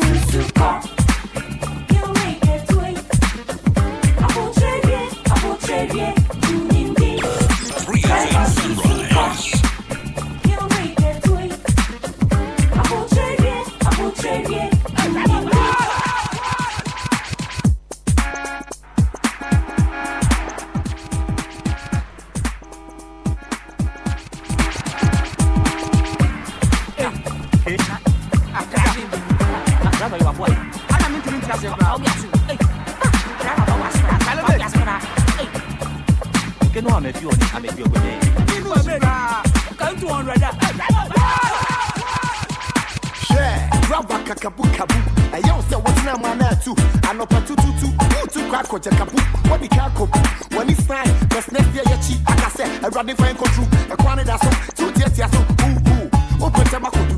When he betting, now that callable, wow, 50 hours license, no grab banks, no driving tax, no experience, open Sakunifa, and 2 names of a certificate. Can I unit in what the copy particular? What is the back crossing? I find out what just elevator. Yakoka, now to win at a PDA, Obesque, Nafu, Mr. Coffee, Grass City driver, one fist a rapper, when it's a ha, man, I'm a call. I want to what you call for.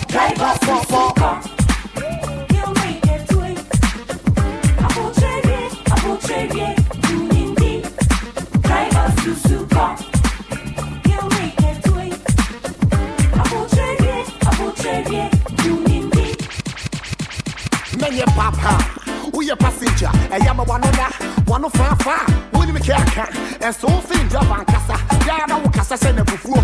When you put a pen, a to walk, or be the can and Yana Sachi, where dear, moon, master, so never cacao, Nakwana, make Papa Sako Kumas and I want me to offer you. Java, if I hope I can make it go slow, Obetani, oh, ask number uncle, and some won't throw, Mr. Contem, show me yet, with the kitty, I know, yeah.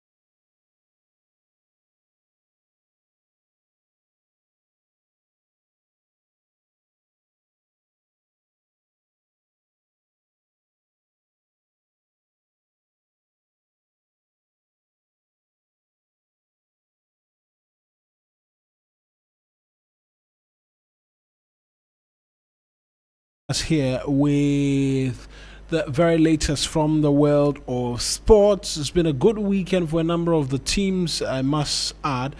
Yesterday, United beat Liverpool by 3-2. Arsenal were on the winning side. They're back on front. We're leading the pack by 6 points. This one is a special greetings to Makafui. Manyo. It's a very huge Arsenal fan as well. He's banned me from saying a few things I say about Arsenal, but hopefully that story will change this season.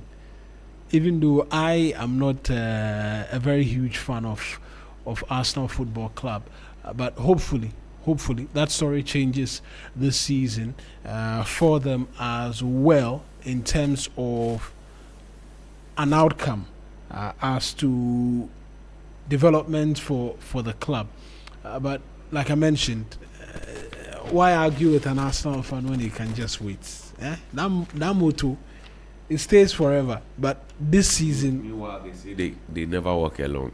No, that's Liverpool. But Liverpool are the ones who say they never walk alone. Arsenal is the Gunners.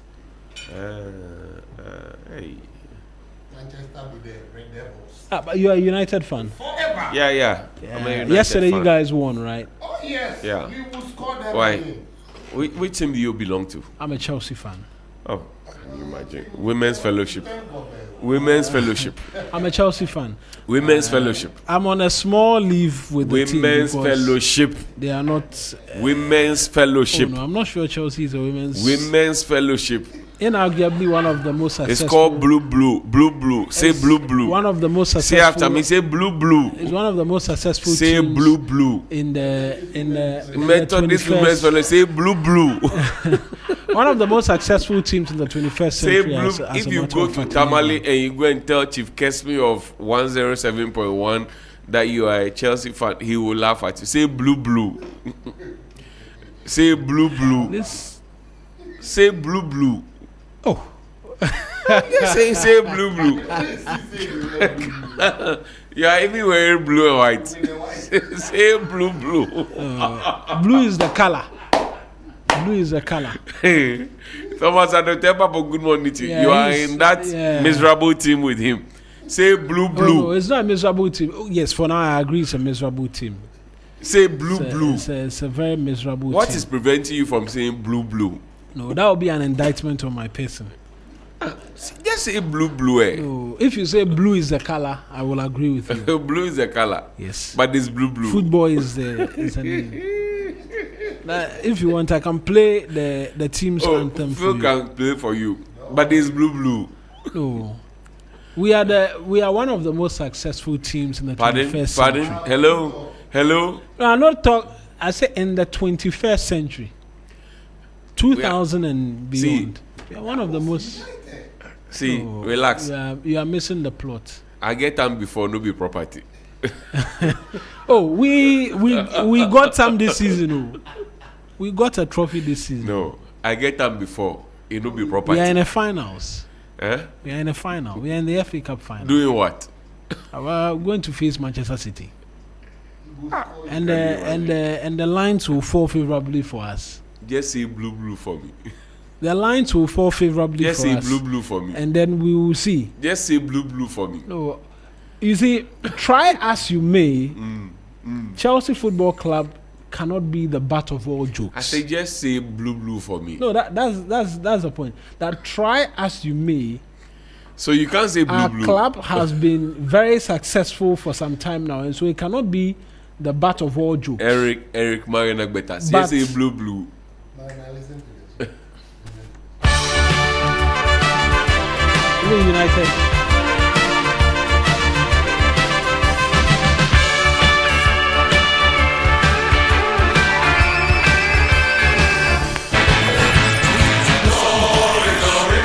Massa, let's behave ourselves. Let's behave ourselves. Because of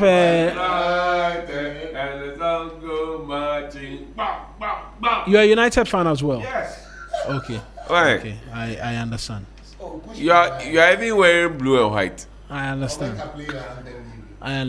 Oh no, I'm not in need of the Chelsea anthem. I'm not in need of it. I'm not in need of it at all. All I know is that we are in a long, rough patch. Today, but the sun will shine on us again. Look, today all your fans will be looking at you with a different eye. I'm telling you. Oh no. Just say blue. Blue is the color. Just say blue. Blue is the color. Just say blue. Blue is the color. That I can say confidently as we look for. So yeah, like I mentioned, United beats Liverpool by 3-2. I think Chelsea is playing today. Manchester City as well should be playing today. As the season gradually comes to a halt, and we look forward to the Champions League in the course of the week as well. Yes, like I was right. Man City as well play today. Chelsea's game is at 2 p.m. and then City's is at 7. Right? It's at 7.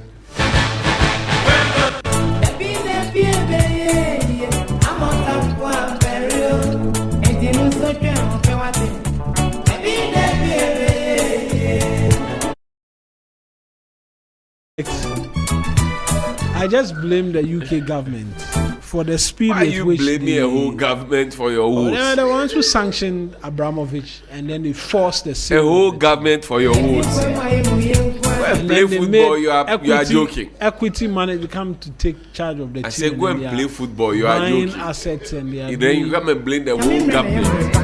Can you imagine? How are you doing this? Eric Mawuena Egbeta. I know you to be a credible gentleman. The sun will shine on us again. The sun will shine on us again. Bill has come. Let's ask Bill.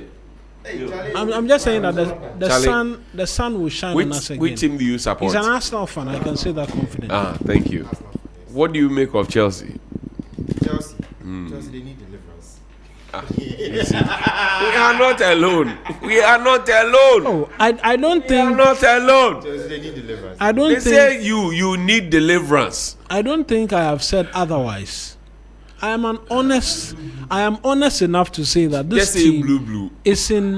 is in shambles. Just say blue. Right? And we'll need an injection of experience. Just say blue. And a new coach. Just say blue. That's all. Just say blue. Blue is the color. Football is the name. We are together. And winning is our aim. So cheer us on to the sun and rain. Chelsea. Chelsea is the name. That's our anthem. Yes, say blue. Bill, what's up in sports? Ask him to say blue. Yes. No. He won't activate your line, no. No, I shall feel the mischief he's on. He's on. Phil has something. Just ask him to say blue. But when I say blue. Blue is the color. Oh, we're here to even play. So I don't know why you guys are so excited. If there is something, Hearts of Oak won. Hearts of Oak beat Nations FC. Leave the thing.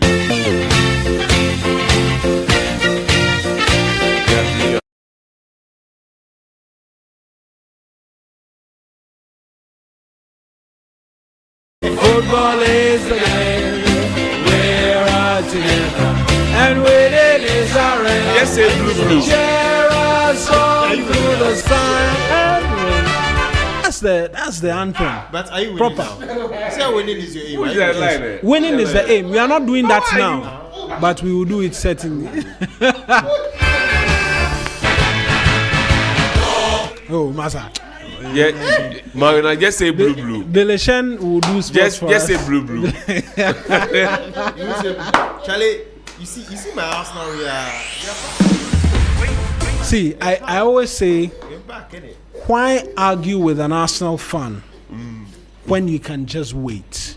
Oh yeah, you can wait. Wednesday morning, we'll meet. When I would have secured the place in the Champions League. I have no problems. I've said it's time without But number. the man is down. He fears no fall. Me, I don't have a problem. if you win your first league in 20 odd years, that's good for you. Eric, if you make it to another Champions League final after the first one where you were beaten by Barca 2-1, that's up to you. Eric, As for me, I say I will just wait. Eric. And I know the promise I have made to my God. Eric. See, I know the promise. I know the promise I have made to my God in relation to how the season should end. Right. And I am just with prayer and supplication.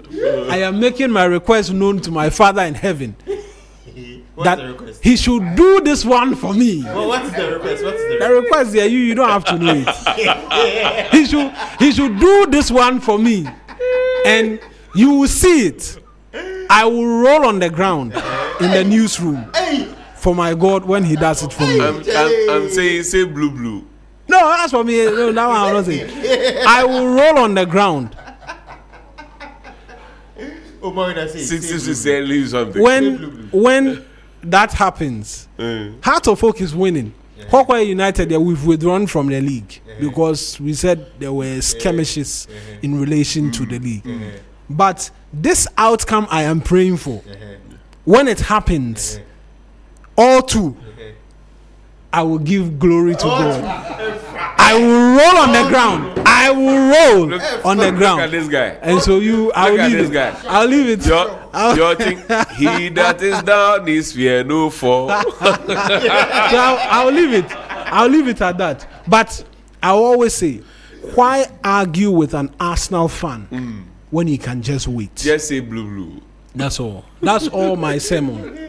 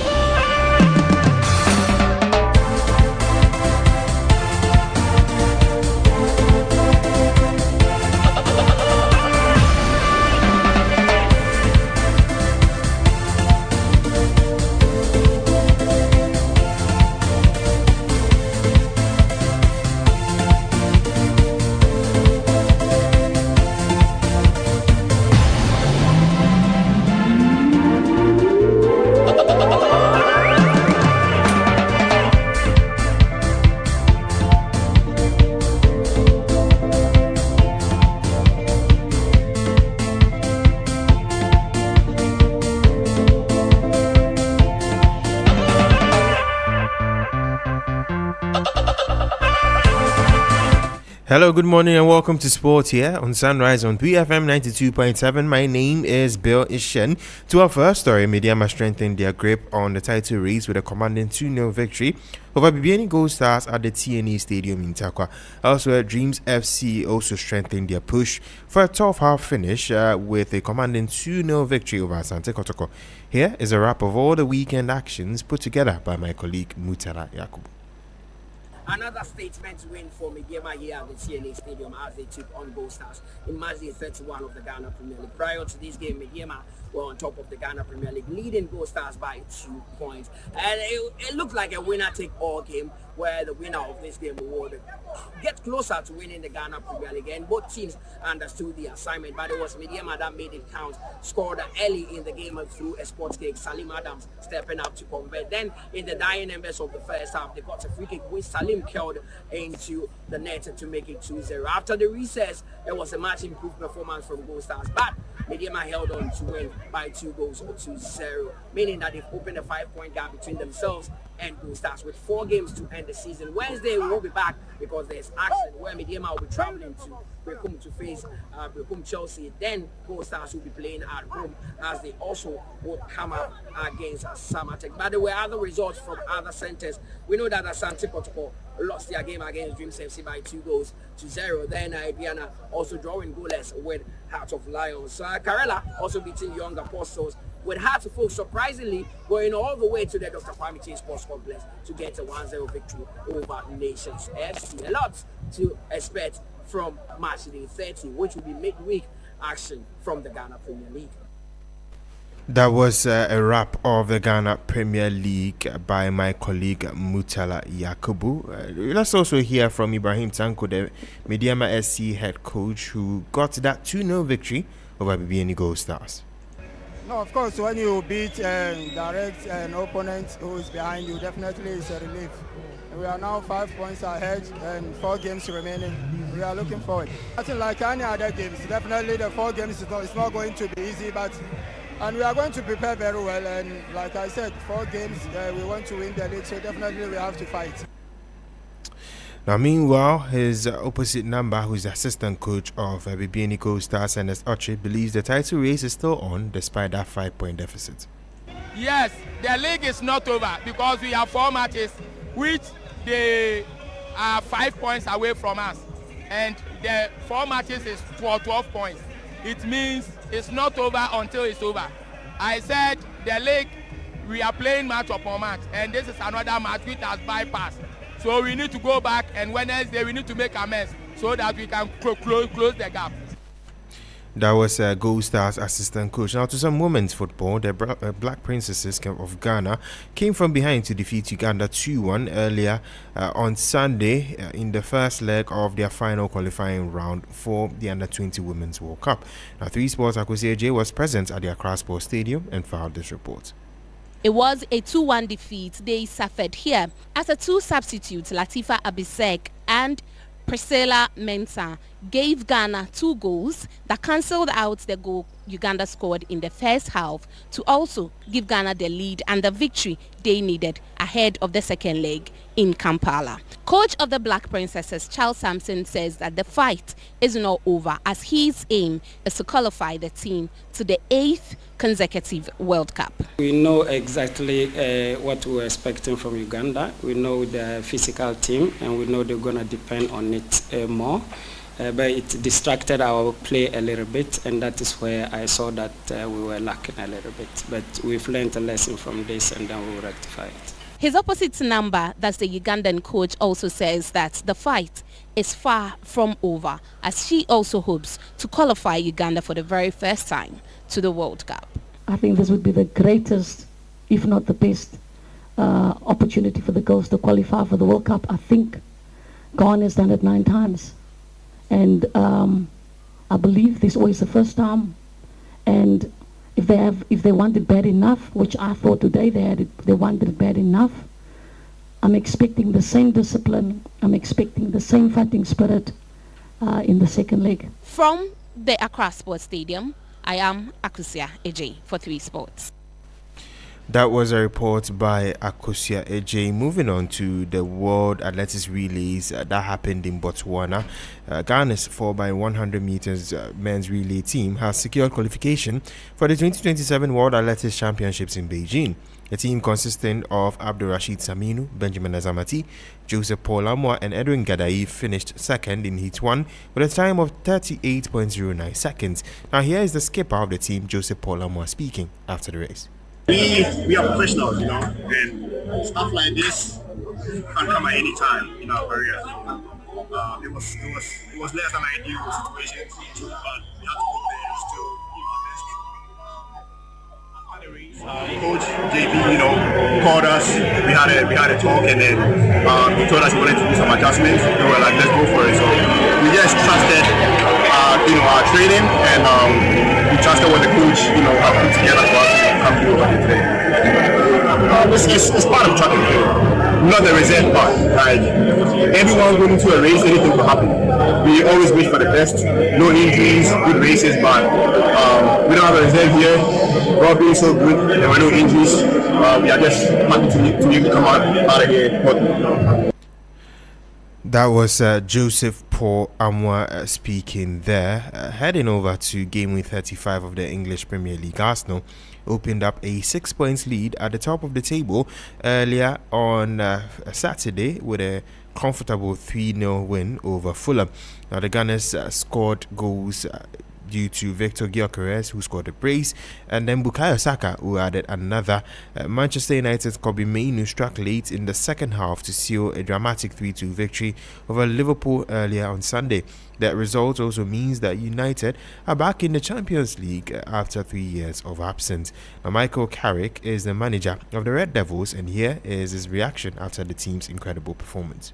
Yes, in some ways, I think the work that's been done and the players, the way they've performed, and the teams that we've played against and got good results against, I think it's something that we can take a lot from, for sure. I think the Champions League felt in the distance a little bit, if we're honest, it's at one point. So there's been a lot of good work to put us in a position with games to go and that seal, but it's not something we spoke about as a group, really. I think it's not something we always celebrate. I think it's a step. We want more. We want to be finishing higher up the league, and but certainly there's huge credit it goes to the players and the staff for putting us in this position at this stage. That was Michael Carrick speaking. In Italy, Inter Milan won their third Serie A title in 6 seasons on Sunday thanks to a 2-0 victory over Parma that ignited celebrations at a jubilant San Siro and across the city. Over in Spain, Vinicius Jr. Struck twice for Real Madrid in a 2-0 win over Espanyol on Sunday to make La Liga leaders Barcelona wait to be crowned champions of the competition. Of course, there will be the El Clasico that will be coming up this weekend between Barcelona and Real Madrid, and that could determine who wins the La Liga title. Let's wrap up with some tennis because Jannik Sinner secured a record 5th straight Masters 1000 titles as he won the Madrid Open with a thumping straight sets victory over Alexander Zverev in Sunday's final that lasted less than an hour. Sinner stormed into a 1-set lead as he claimed the Open at 6-1, with Zverev restricted to just 5 points across the first 5 games before finally holding serve to get on the board in the 6th. Sinner then wrapped up things in just 57 minutes as he broke Zverev twice more in the second, the Italian taking it 6-2 to clinch the most comprehensive of victories, his 9th in a row against the world number 3. That's it for the sports segment here on Sunrise on BFM 92.7. My name is Bill Ishen. We'll see you same time tomorrow with more updates from the world of sports. But until then, have a great morning.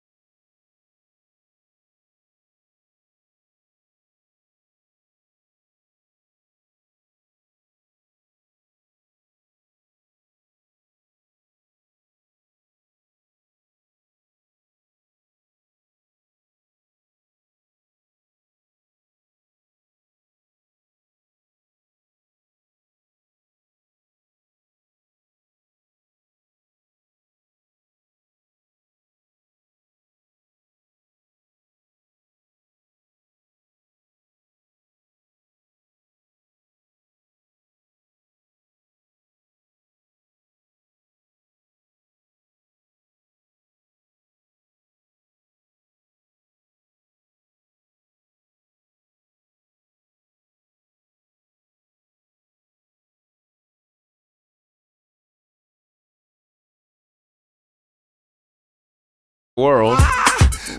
We belong to First HR Hotel. We focus on three things: the peace, people, and quality. A serene escape with legendary service just for you and yours.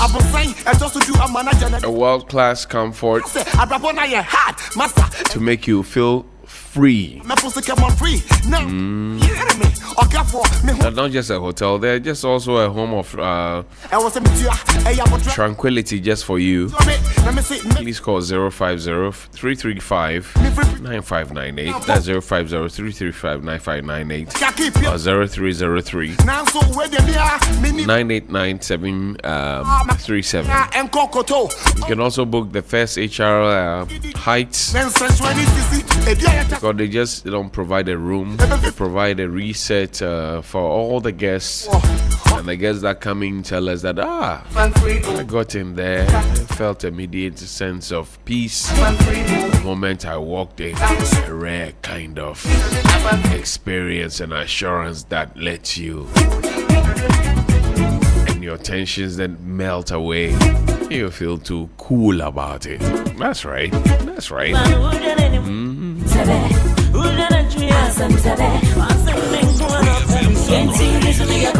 I'm sure you're looking for a number, but first let me tell you about a sanctuary away from home, where the staff genuinely respect your peace and treats you like family. They are your only and first choice. They are also located in town, closer to town, just about 25 minutes drive to Accra Business Center. You can always drive to town, patch there and drive to town. Now please call them 025 60 60 665. That's 025 60 60 665 or 025 60 70 666. That's 025 60 60 665 or 025 60 70 666. And you'll be sorted out. Nice and easy. If you know time, I go die, oh, love it. Die, oh, love it. I go die, oh, love it. Die, oh, baby. I go die, oh. Then till I was here. Bring to my And to all parents, attention to you, for first year SHS boarding students. EduPack, the Ghana Education Service approved and supported national SHS initiative implemented by the Prospectus Ghana. It's across Ghana, just for you and yours, and you have to benefit from this whole package. Already registering so that their children's trunk, their Macintosh, mattresses, sorry about that, their chop box, and everything else that they are taking to school will be ready by the time they reach school on the reporting day. Do not delay and be caught in unusual last-minute market rush carrying heavy items. No, we don't want you to go through that with your children under pressure. No, we don't want you to do that.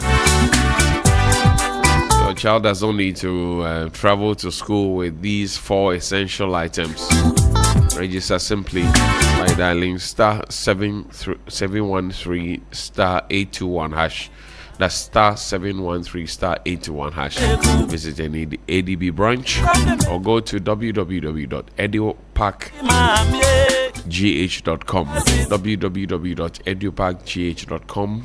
Make payments, keep your receipts, present it on the opening day, and then just go and pick your items. Avoid the stress-free, the rush, and all the difficulties that come along with you.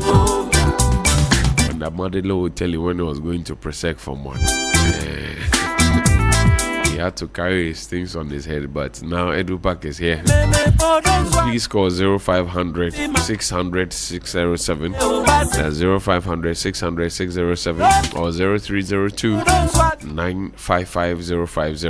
Edupak, no stress, no wahala. Just for you. And we're live on Kesmi FM 107.1 in Tamale. Alaji Kesmi, good morning to you. Wanda Madilo is my guest in studio. We'll be joined by two others. Wanda Madilo wrote his BEC many. Wanda, good morning. When did you write your BEC? 1996. 1996. You're an old wadi.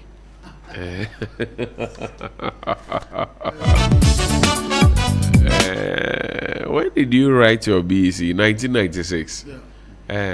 Hey. And I wrote 12 subjects at the time. 12. Yeah, now I think they do less. We wrote 12.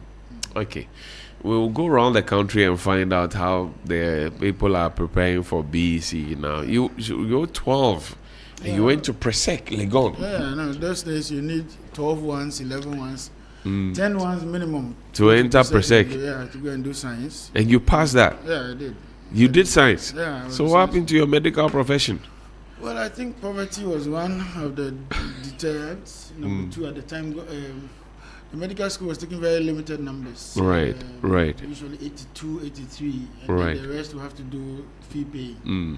And first year, second year, third year, we will do all courses. Not many people know that you have been Nook's president before. I think not too many people. You know, I don't like noise about what positions. Why don't you like it? For instance, the last time somebody asked me, I had your name Speaking to the microphone for me. I had your name somewhere in Presec, and I said, yeah, I'm the year group president. I just handed over. At the time, I was still at post, but I had the post for 4 years, and he was getting to know when I was exiting. Right. So I don't like noise around what I have, what I hold, what I do. I like quiet success. You know. What does Wanda Madilo do these days? You know, I'm a contractor. I'm a law student, and then doing my PhD as well. So, right. A bit of life and work, school. That's what's occupied my time. If you had a word to share with the BEC candidates, what would you say to them? I want to believe it's not late. I know colleagues of mine who became intelligent or brilliant in their last year in GHS3. I just want to believe it's not too late, but steady. Right. I was just telling you, when I was on my way here, I got very emotional when you were playing Kojo Entry's song, Right. Amachidede. Amachidede. Years ago, coming from a very poor background, kind of, I used to study behind a man's bar. He had a bar called Sankara Bar in Denu. And the man, because girls come into the bar, it was a see-through, so he had this bright light at the back. So we'll sit there, study and all that. And then he didn't like the idea. He came and changed the bulbs to the blue disco type. So you couldn't but read. We still far away. We still had a lantern by the side. It was a more convenient, a bit airy and all that. Then he would get angry. And then he would open the window at the back, fetch his cold water and pour it on us. Oh. Sunrise on 3 Because he wanted to read. Yeah, he didn't want us to. At the time, I didn't even know. I couldn't speak the language. The tree. But the song was always playing. Right. Yeah. So it was nice. But he's dead now. I wish he was alive. But you sailed through. Yeah. Wanda Madilo. Yeah. I've not gotten my Nook's president emotional like this before. Yeah.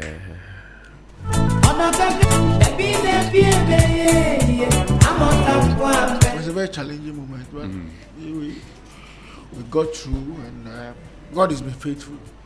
He has been. You eventually became my Nook's president. Yeah. The Wanda Madilo. Years after. The Wanda Madilo. If I have any news for them, study hard. The way to the top is not only defined by how good, which home you came from. Right. Self-determination, you try and weather the storm. Let's talk to Abraham Mensah. He's our Western Regional correspondent. Good morning, Abraham. Good morning. And how are you doing? I'm good, and you? Let's talk about BC in your region. What's happening? So I'm currently at the Ahantaman Senior High School. Here in the Western region, we're expecting to have 45,116 candidates sitting for the BC this year. The female population is a little bit above 1,000 more than the male population. Generally, I've been engaging some students, some of the candidates. I could see on their faces how tense they are. But for a majority of them, they are, hopeful. They're optimistic they're going to excel in this BC. I have with me one of the teachers for the participating schools at the Hunterman Senior High School. And generally, the concern from teachers has been the issue of exam practices. Not just on the part of the teachers, but from invigilators, whom they think normally entertain these kind of practices at the examination centers. If you would allow me, I would just join Mr. Justice Odro Boateng on this conversation. Right. So, Justice, what have you been saying, particularly with invigilation of this BC here in the Western region? Okay, last year we experienced a lot of examination strategy. By the end of the results of the BET, I think most of the candidates had equal or the same grade, which, we realized that it was an examination malpractice. And we are happy that it came that we have to rule out this examination malpractice, all because teachers are doing their best, trying to teach the children to become critical thinkers and problem solvers in the entire society at home and the entire world. So we really appreciate the initiative about the examination malpractice ruling out. Yeah. What have you been telling your candidates for this exam? Okay, I've told them they should focus on the question. They should read instructions. Because we have done numerous mock exams, about 5 or 4. So with the first, attempt, they might feel a bit tense, but as gradually they do the first exam or the first, they are doing English this morning. Right after they are done with it and they are able to answer successfully, they will gather courage to write the exam. So we told them, or the entire teachers have told them they should focus on the questions that they are asking. Sometimes the mock exams are very difficult than the BET. But if you fall on the APO or something like that, you are going to fail. So we have told them they should focus on the questions, read instructions and follow. Thank you. Interestingly, just last week, Friday, there was a conference with stakeholders, district directors of education, and the regional education directors. And what came to light was the fact that over 40% of examination malpractices were reported here in the Western and Western North region. It's actually ranked first in terms of this whole malpractice across the country relative to the number of candidates that were filled for the BEC exam. So there is that conscious effort by stakeholders, particularly the GES, to ensure that this time round they're going to reduce or possibly, a zero incidence with this examination here across the Western region. Let's talk about the attendance. Do we have people who couldn't turn up for the BEC? Ms. Mensah, do you know? So currently, where I am, there is a parade. They are directing the students to their various examination rooms. They are yet to take a roll, and hopefully with time, when I take a tour across the examination centers, I will then be able to tell how many students haven't turned up yet.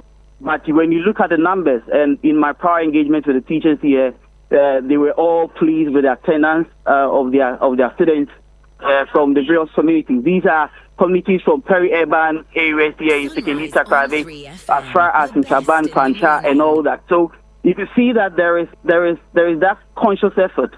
If I should say, some schools even mobilized buses, organized taxis. Some even came on motorbike because they were late. But generally, it's been satisfactory.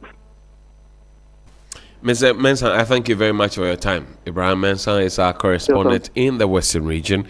And let's go now to the Volta region where my brother Faisal is standing by. Novi, Indi? Afon. Now, talk to me. What's happening in the Volta region regarding the BECE? Well, all is set for the 2026 basic education certificate examination. This morning, it's set ready. I was at the Okoji campus where a good number of schools to be writing exams. The people have already arrived, the teachers guiding them as to do in this very final stage before they enter the examination hall. Just a while ago, I was at the Mawuena school campus where several other schools will be sitting for the examination. I am moving to the Mawuena SHS where a good number of schools are also expected, right? Now, within the whole municipality, 3,000 candidates have seated. That is a total 3,232 candidates out of which 1,541 boys and then 1,691 are girls. The schools in total for the whole municipality are 130 and writing across 11 examination centers. There is 76% of public schools out of this number and just 24% of private schools here in the municipality that will be taking part in the examination journey. I know that the Volta region has a lot of great potential. Wanda Madilo, who hails from the Volta region, speaks for the NDC, former NUC's president, and a man of many parts, has just told us what he had to go through before he wrote his exam in 1996. For example, tell me how the preparedness went in terms of getting the students ready for the exam. What do you know? Well, for the last few days to this morning, teachers have had to intensify and ensure that they give a final touch to what they expect would be the examination questions for the candidates. And across the region, we have had teachers organizing extra classes. We have had teachers engaging in weekend classes to ensure that the candidates are fully prepared. GES, on the other hand, is telling us that as far as examination materials and getting the centers ready is concerned, they are up to task, and exactly what we are seeing this morning, Johnny. Now, before I let you go, again, the morale in the communities, what do you know about it? What can you say? Well, the parents are optimistic that the awards will come out with flying colors and get the best schools in the region and beyond. I spoke to some of the candidates earlier who are telling me that they feel nervous because this is their first time leaving the comfort of their classrooms, having to write an external exam, so to speak. And so they feel very nervous, but they remain hopeful that today being the first day, between now and the very final day of the examination, they would have been used to the environment and the new narrative around them. And so they look forward to having a good time here at the examination halls and be sure that, and very optimistic that they will definitely make it to the top.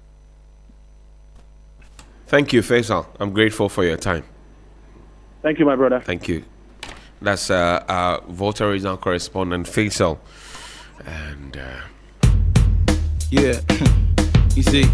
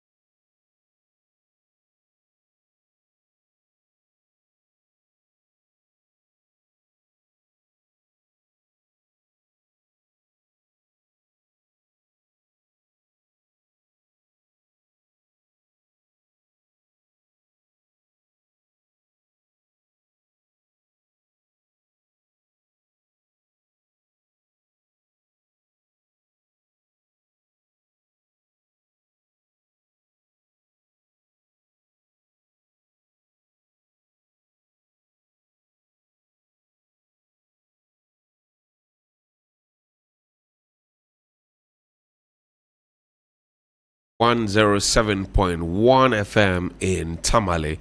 My beloved Dagbanites are listening to us, and also we're live on 3FM 92.7 across the world on 3news.com, also on Facebook, and live on 3FM 92.7. Now, the Bank of Ghana is supposed to have lost some operational loss of 19.6 billion Ghana cedis.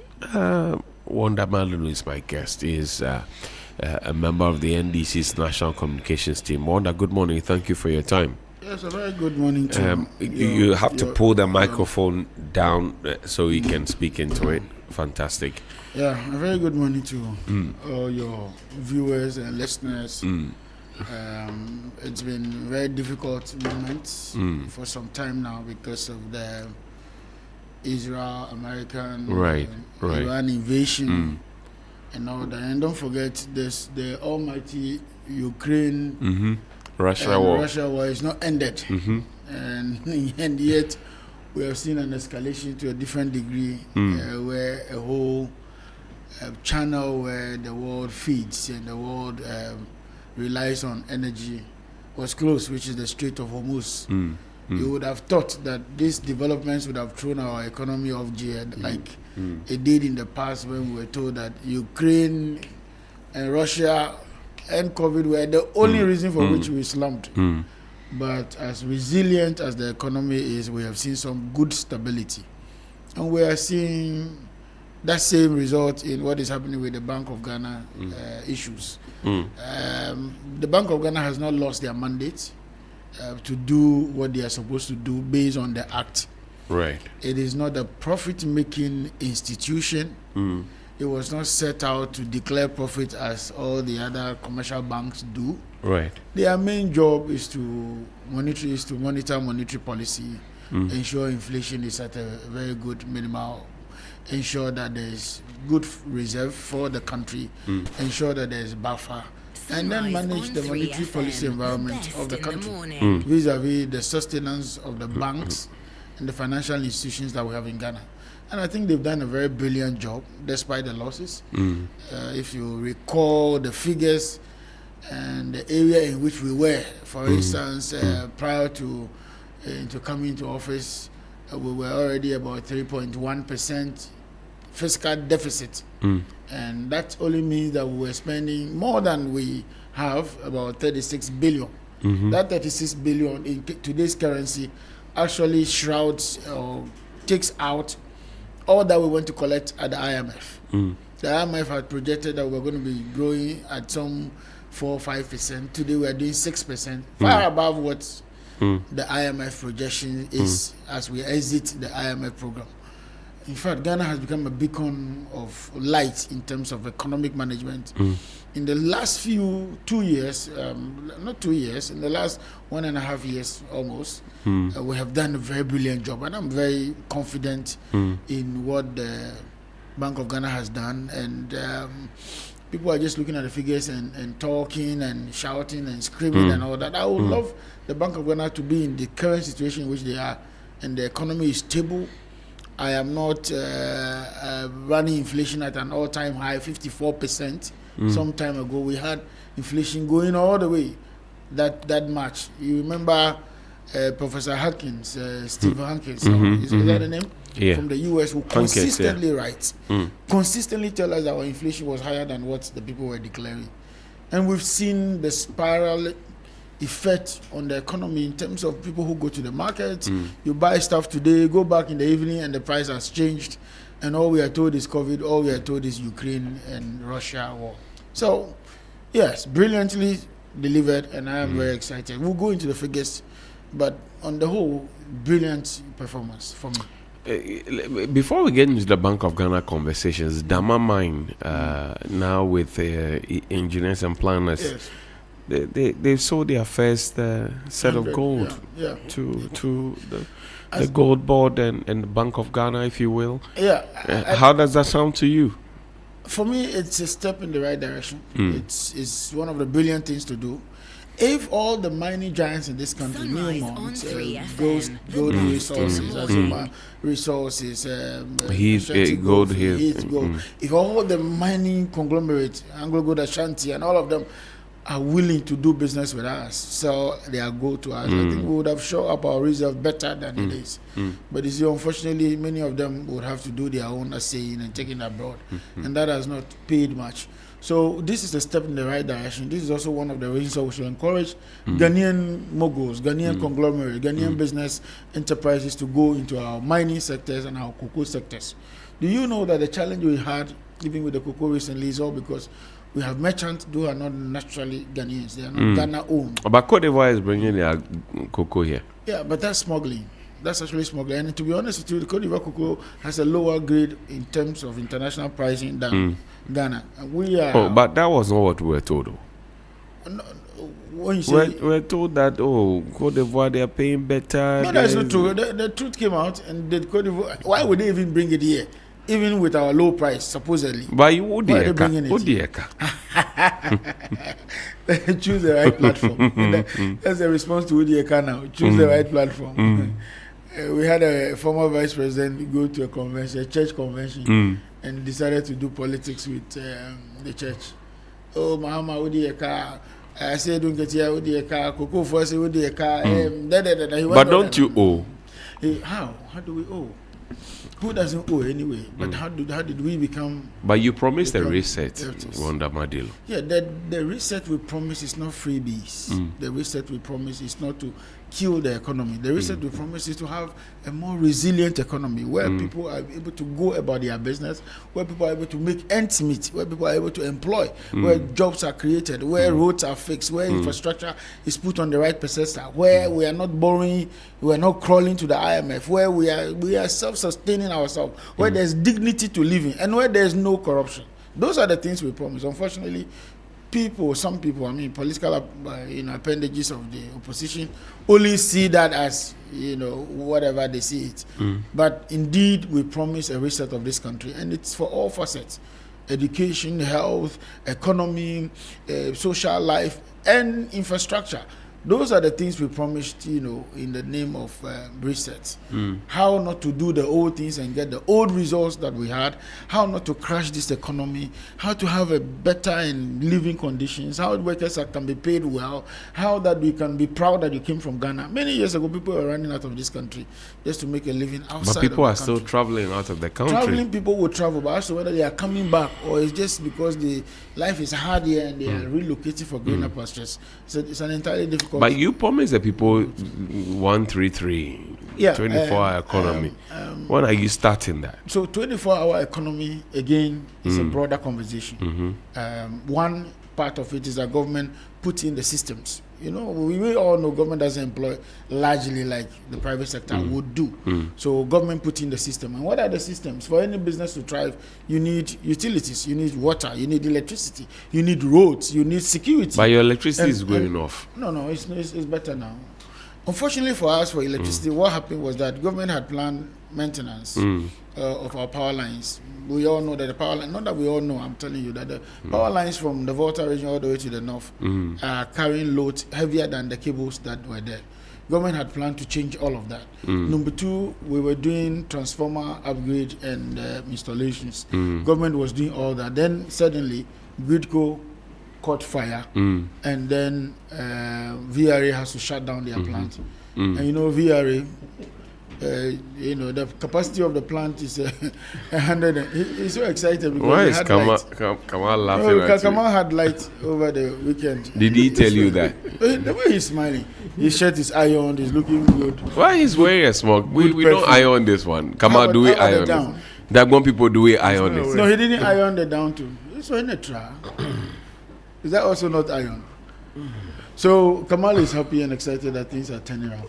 So, but on the more serious note, is to develop the key infrastructure. Keep the light necessary for takeoff. The lights are on. The lights are on. We all witnessed in the last 2 weeks what happened. It was a flip, but it was also a disaster, which has been rectified. Nobody knew that Gridco would go off. You know that our generation capacity, about 62% is thermal plants, and about only 33% is now hydro. And the main three hydro we have is Bui Power, which is due only about 340 megawatts. Megawatts. Then Akosombo is doing only about 1,010 megawatts. Then you have the other one, the one at 10 fields. No, the Bone. Yes. The Bone also belongs to VRA. Also, that's only about 100 and something, megawatts. But we had to shut down the whole of VRA, which is 1,000. But the 1,000 actually only 900 is produced, and after the 900, we have something called there's an 18% reserve. Right. You don't pull your power plants to the extreme. And so that's what happened. So far, 2 turbines have gone on. Right. It's left with 3 to go, if I'm not there are 5, I think so. 3 In fact, more to go. 4 went on. Yeah. So it's left with 2. Yes, to go now. So we're on a good course. No cause for alarm. It won't be like what the MPP left behind. It won't be like the mess we saw with the MPP. It won't be like, But you promised a reset. And I have just told you that the reset begins from a point. It's a process. It's a project we are on. We have a 4-year mandate, and we intend to deliver when the 4-year is gone. Kamaldeen Abdullahi, good morning to you. He's a Deputy Director of Communications for the NPP. Dasaba. He's a former ambassador. Kaola. Yambiola. Alafime. He's a former ambassador, please. Yes. His Excellency Kamaldeen Abdullahi. Yes. Once again, good morning to you. Good morning to your listeners, and good morning to Wanda Madilo. Where have they kept you still? Hey, come on, the Formula 133 hasn't still gotten to you. Was that what they promised? No, I'm asking. I mean, of course, the jobs were supposed to be. No, it's not job for boys. It's not so that every single person will be sorted. Even you who promised is not sorted. If I am qualified, that's very interesting. Don't worry, no. Even you who promised 133 is sitting down with that job. No, but I'm surprised. We all get job in government to know that 133 is working. You told Ghanaians that Formula 133, one job, 3 shifts, and you are sitting here who promised you don't even have a job. Come on, it's a matter of concern. I don't have a job. That would be a distortion. I'm surprised, honestly. Of the fact. No, but that no, that's a distortion. You may have created something for yourself. Yeah, exactly. So I'm that fine. Which you were on. Yes. But your anticipation was that you don't promise job. How do you know my anticipation? They don't give you. You are not even benefit from 133. Anyway, let me go on. The man is not complaining. Why are you complaining? Who said he's not complaining? He's my good friend. Why? The man cannot complain on air. I'll complain on his behalf for him. I mean, they should listen. I mean, Wanda has done a great job. He's helped propagated Formula 133 a lot, but he's been left there. People who did not even do it and have come abroad with their certificates, with their whatever, and their CVs are not even up to his CV, but yet they have been sorted. Yeah. Just because he's not a Gonja man. Is the government be run on Gonja lines? The man doesn't care. He's from Denu. He's very far away from the corridors of power, so they will not even listen to him. Anyway, but that's just by the way. The government said they are keeping the power on. Yeah, what do you say to that? But that is a lie. It's a palpable lie. You see, we live it, we experience it, and that's a fact. If they say they are on track, working to keep the lights on, I will agree. But the truth is that lights still go off. And you see, in the words of my brother Juniper, when they were in opposition, he defined what Doomsor was. He said Doomsor was just lights goes off and comes on. He defined it. I did not define it. He's on video.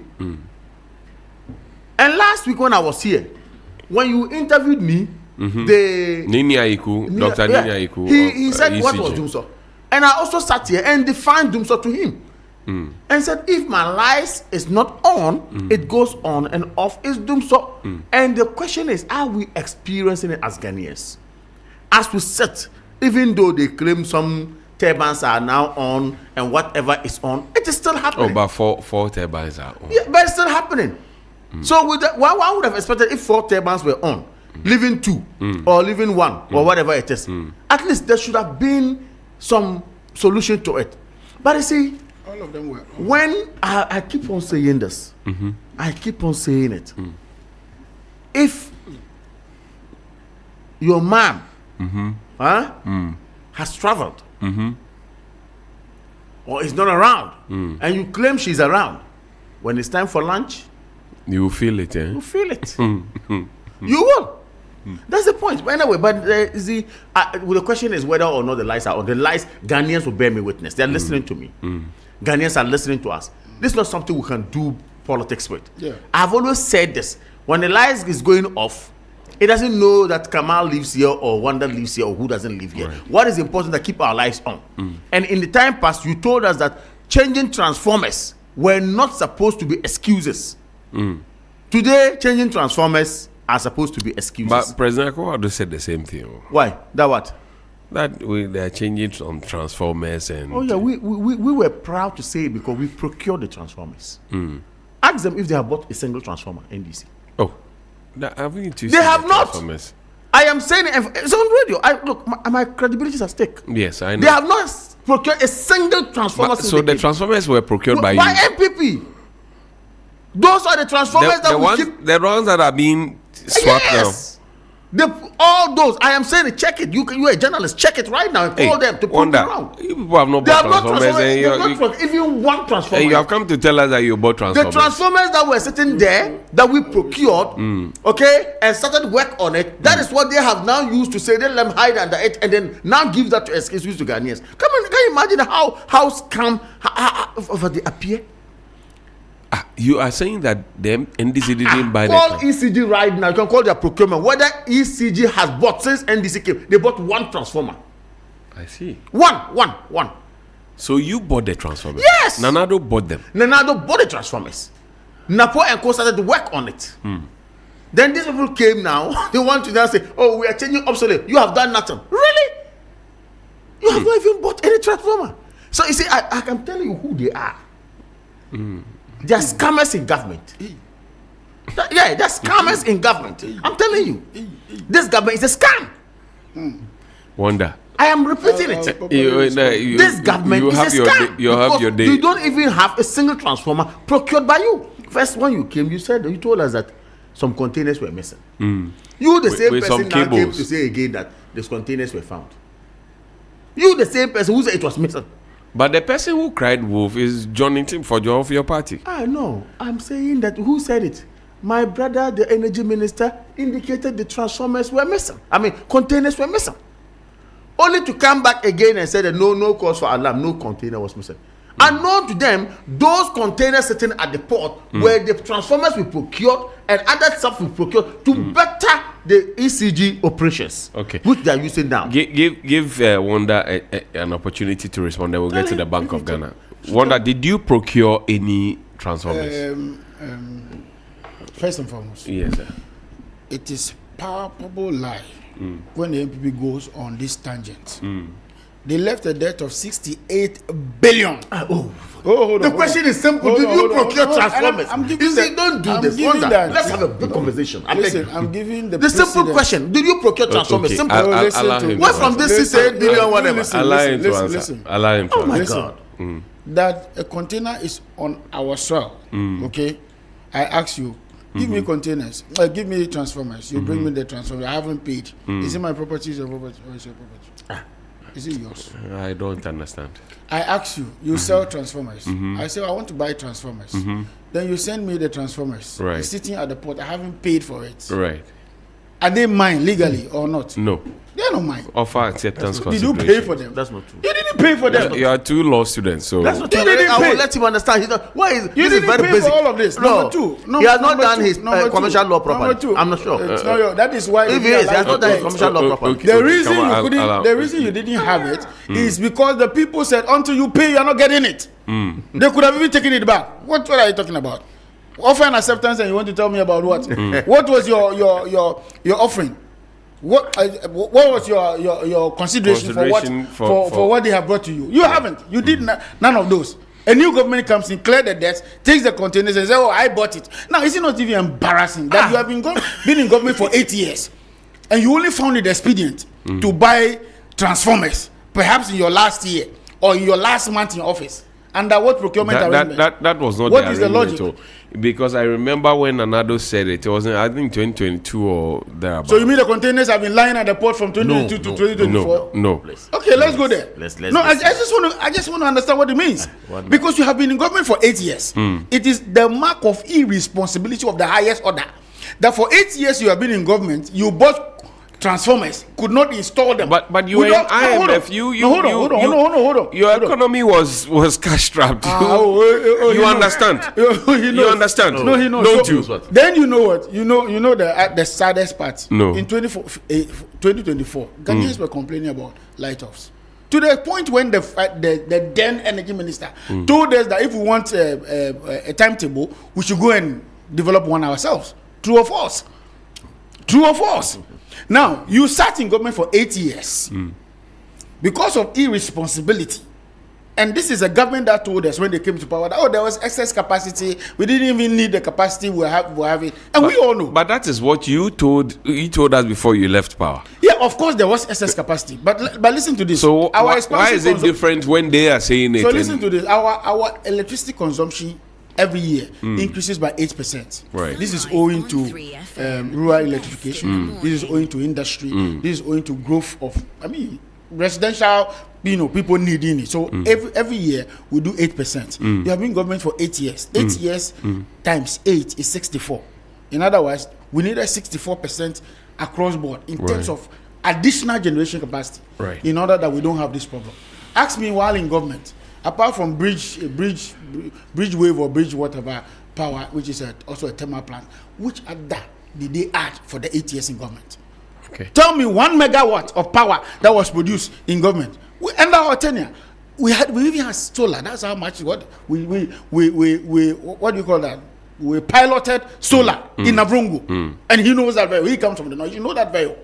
You should tell me what they have added for the 8 years. And for 8 years, you did nothing, sat down, then you tell me that you procured, is it not embarrassing that you procured transformers, which were meant for the people? But so you never installed it. But so admit 2 years after. Admit that they went to bring it. But what is it? Who cannot buy? Even my 6-year-old child can order things online from Amazon. Come on. Can your 6-year-old child enter into a contract? He may not be able to enter into a contract, but contract for necessaries is fine. He can actually do that. He can actually buy that. Please, let nobody deceive us that you ordered transformers or suddenly our electricity challenges have been fixed. Why didn't you fix them? You bought how many? Why didn't you fix it? Give credit. The only credit is that somebody made a phone call because he's going to make some gig out of it and ordered something. Who made the phone call? Of course, I don't know. You should tell me how that. But you happened. Are the one alleging. You must prove. If you needed it, why didn't you install it? Okay. Wonder Madilo. No, if you need what has he said? Has he answered your question? Making an order is not equal to purchase. Be a very fair moderator. Has he answered the simple question you asked him? No. Whether they have procured transformers when they did you procure? You didn't procure. What did you pay for? You see, sometimes when you do this. Come on. Yes, my dear. Slow down. I'm listening to when you. You say I'm not a fair moderator, you are not being fair to me. Okay. Last week you gave me 2 plots. He's not looking for documents. During recent temporary challenges with the electricity supply across the country. Over the period, the issues surrounding maintenance of transformers and gas supply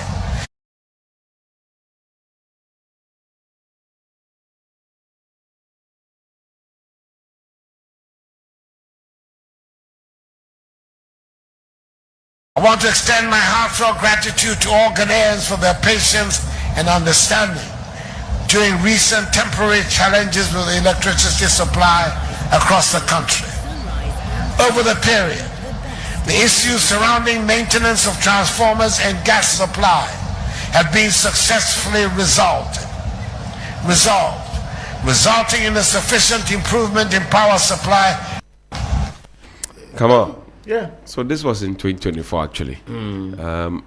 But it begs the question: did you pay for the transformers before we move to the Bank of Ghana conversation? He doesn't really know what he's talking about. I'm telling you, he didn't even know that until I raised that they didn't buy a single transformer. Then he went on his phone to text, and they only told him that he should say they are good. He texted who? I haven't touched my phone. I am saying that's not true. We can call for the financial records of ECG. It was under Dubik Mahama that those transformers were procured. Dubik. When did Dubik resign? It was when did Dubik resign before? No, before the order was made. With all respect, the order was made before he came in, and the payments were actually triggered by him. So find out. And I'm sitting here and I'm telling you that these people never bought a single transformer, and yet they want to use it as an excuse. He asked a question whether we have added some megawatts. Yes. Between 2017 and 2024, the new generation capacity that we added was 1,648 megawatts. Good. It's here. No, I'm giving you energy records. I'm not just from which sources? Listen to me. Oh, my brother. You see, let's get serious. Go ahead. This is go a ahead. big platform. Go ahead. This platform I respect is so much. No, so go I ahead. speak with facts. Come on, go ahead. I am saying between 2017, MPP came to power. 2024, by the time we exited, new generations that we added was 1,648 megawatts. So if you say we never added a single megawatt, you sit here and probably lie to Ghanaians. You should be apologizing to Ghanaians. This man should apologize to Ghanaians for sitting here, sitting on a big platform like 3FM 92.7 and lying to the people. And in Kesme 107.1. Very well, and lying to the people. He should do that. He should apologize. He's a lecturer. He's a noble person. I don't think this guy shouldn't be doing this. I respect him so much, so he shouldn't be doing it at all. You see. So when you say that a lie, I mean the lie is we have added thousands, then we should believe you. Don't have a problem. Oh, don't worry. I will mention if you want me to mention even this. Everyone you mentioned was what was done. Oh no, my brother. Before we left. So you see, everyone so you get that. Now, you cannot mention it. For on energy, what triggered this argument or this conversation this morning was whether or not I have lights, which I honorable told you that yes. Doomsaw is still on because it goes on and comes still. Right. It is not still stable. Okay. They should say they are working on it. I may have to agree with them, but they should not say it has been solved because some turbines have actually been put on now. Okay. Now on we have to move on. Very well, but on energy, I just think that the minister has done the honorable thing by admitting that look, even ECG try and come with schedules. Right. By admitting that they are working on it and as it were. Right. And I think that's not an issue at all. But I think that once again, the fears Ghanaians had and didn't want to bring them, and they were able to convince Ghanaians with those propagandas and they brought them. Those fears are actually back again. But we pray and hope that they do it and solve it. Now, the Bank of Ghana, the central bank, in 2025 recorded a net loss of 15.6 billion Ghana cedis. That's a departure from what 60 billion that we lost. A departure from 9 billion. 9 billion in 2024 was 9 point something. And the so previous year, against, according to their record, 15 against it. It's even not 15. It's more than that. But I will tell you why it's more than that. Don't worry. You tell me. What do you know? You see. First of all, let me even begin by saying this. If I were the governor of the Bank of Ghana, I would resign this morning. Oh, why? Yes, Esiama should resign. Open market. Yes, I'm saying if I were Esiama, because he didn't believe in losses at the Bank of Ghana. He himself, who is an economist, never believed in losses. What did he say? But you sacked him. Oh. Wait a minute. What did Esiama say? Forget about that. Let's get serious. What did Esiama say? I'm serious. I'm saying you sacked him. When losses were occasioned at the Bank of Ghana, and as an economist and as a realist, what did he say? He said it was endemical to the growth of the economy. He didn't believe in losses. That's Esiama's words. Right. Today, if you have occasional losses, and even on top of that, you didn't even go by the law, your own act, which says that by 31st March or so, your financial statement should be out. We are in May. That's when your financial statement is coming. It's an illegality. That's the second point why he should resign. Okay, not him alone. So you want him to my go. brother Isaac Adongo. Right. Well, board member. You not let me flow. Oh, relax. No, but I've just started. But you said Isaac Adongo, and I said Isaac Adongo is a board member. I'm providing additional information. No, please. See, the listeners are listening. But you don't have a blank check here. No, okay. Slow down. Now, fine. Isaac Adongo, your brother, is a board member of Bank of Ghana. And then at the same time, he's the chairman of what? That's what I'm. Who's the chairperson of the finance committee? Yeah, that's what I'm saying. So I didn't even make a point yet. Let me make the point. Come on, Dean. I'm coming. First point is that Esiama, if he believes in his principles. Come on, if you want to be MP, I am saying first. You should slow down for me. God. You should slow down for me. You don't want me to come here again or what? Oh, come on. Then what have I done? Let me flow. When you do this, it's not the best. You truncate my thoughts. And it's not the best. You see, I'm saying that. Come on. Okay. Let me listen to you. You are moderating. You are my brother. Okay, so what do you Don't do that. Okay. If you do that. Which one? What am I doing? What you are doing is not good. What did I do? You go ahead. I said if the Bank of Ghana, the governor of Bank of Ghana, believe in his principles and believe that if it occasion losses at BOG, it is actually a yardstick for one to say that it is inimical to the economy, then he should be resigning today. That's my first point.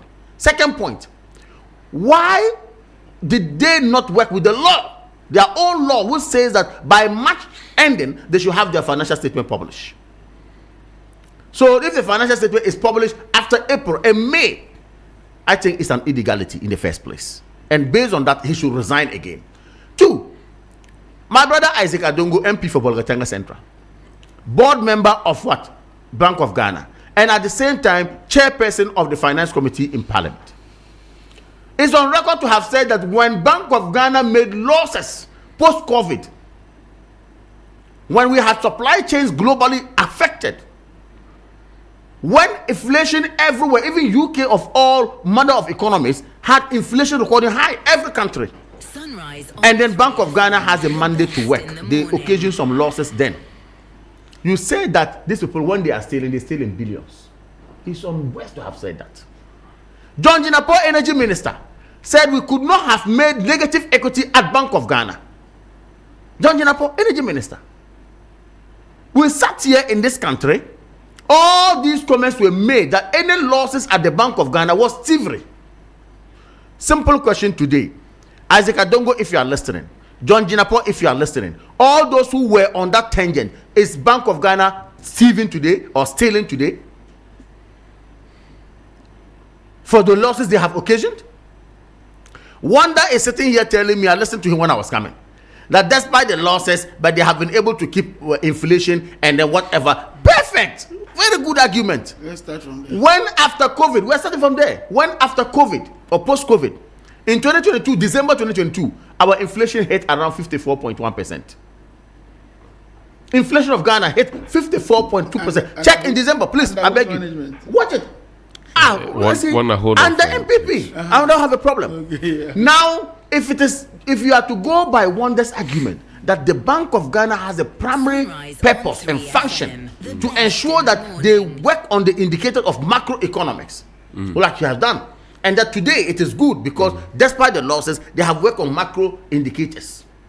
Yesterday, when it was 54%, the Bank of Ghana had equally a right to work on such macro indicators, economic indicators, to ensure that we at least look good or we actually get a better favorable condition of as an economy. So the government of Nana Addo Dankwa Akufo-Addo and Dr. Bawumia had to do all they can, including the governor of Bank of Ghana then, to ensure that they absorb the shocks and then at least better the favorable condition for macroeconomy. That's how come they brought the inflation from 54.1% to 22-point-something% when you took. But who took over? It's them. NDC. Who shot it up? I'm saying they to 54. Who shot it up with reasons? We didn't just shoot it up. Who shot it Remember up? in 2017 when we came Where did you pick it from? We picked it from 15-point-something%. And you shot it up to 54. Wait a minute.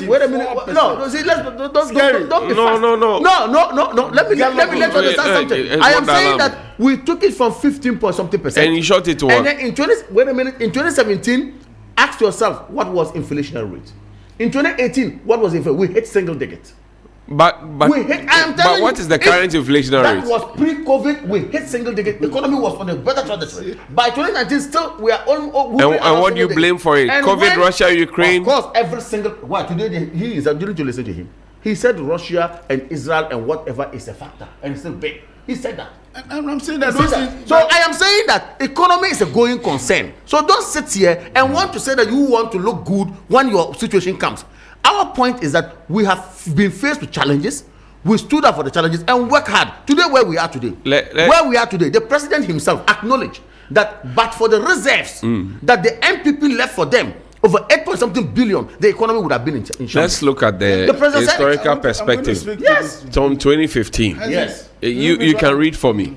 Good. Look at it. Read. You display it. Read. No, you can read for me. You read it. Let's hear. Let me speak loud. No, it's Kamal's turn. It's not your So turn. I am saying that look, these are all things we all know. But you see, the point is that because there's no much time on us, I am trying to say that losses we've all agreed today, which from his point, that bank or central banks making losses in itself does not just say it is bad, just as they wanted to paint yesterday.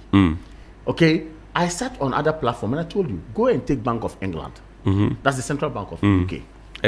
And look at the losses they occasioned after COVID. Immediately after COVID, to bring back their economy, they lost. The Bank of England lost about 80-point-something billion pounds.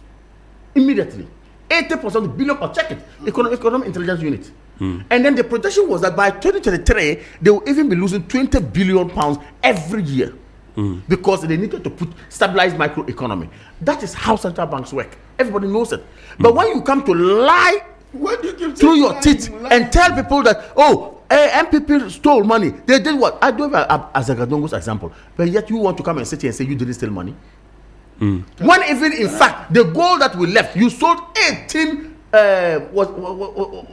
whatever of it, to make money, and then you make profit as a result of the 9 billion. But for that profit, this loss would have been running to around 40 billion Ghana cedis. You know it. And they sit here and they don't want to say the truth. But for me, Ghanaians are watching us, and Ghanaians are seeing the truth. Today, you can have clear macroeconomic indicators. But what is actually the reality on the ground? I see. What is the reality on the ground? The reality on the ground is that I am happy you are a chief in the north. And in the north, about 90% of us are into farming. Okay? That's correct. Seriously. That's correct. Then the reality is that your rice, farmer in maize, that your village, yam, that farmer in your granite, village is struggling to sell his produce. It's a sad situation we find ourselves up north. And I feel it for them. The rice paddy they farmed to keep, they are struggling to get people to buy it. When somebody is sitting here spending so much money in the name of I want to bring inflation down. No, come on. That's what somebody is doing. That's not true. That's how wicked this government is to the people in the ground. We sit here and light bill.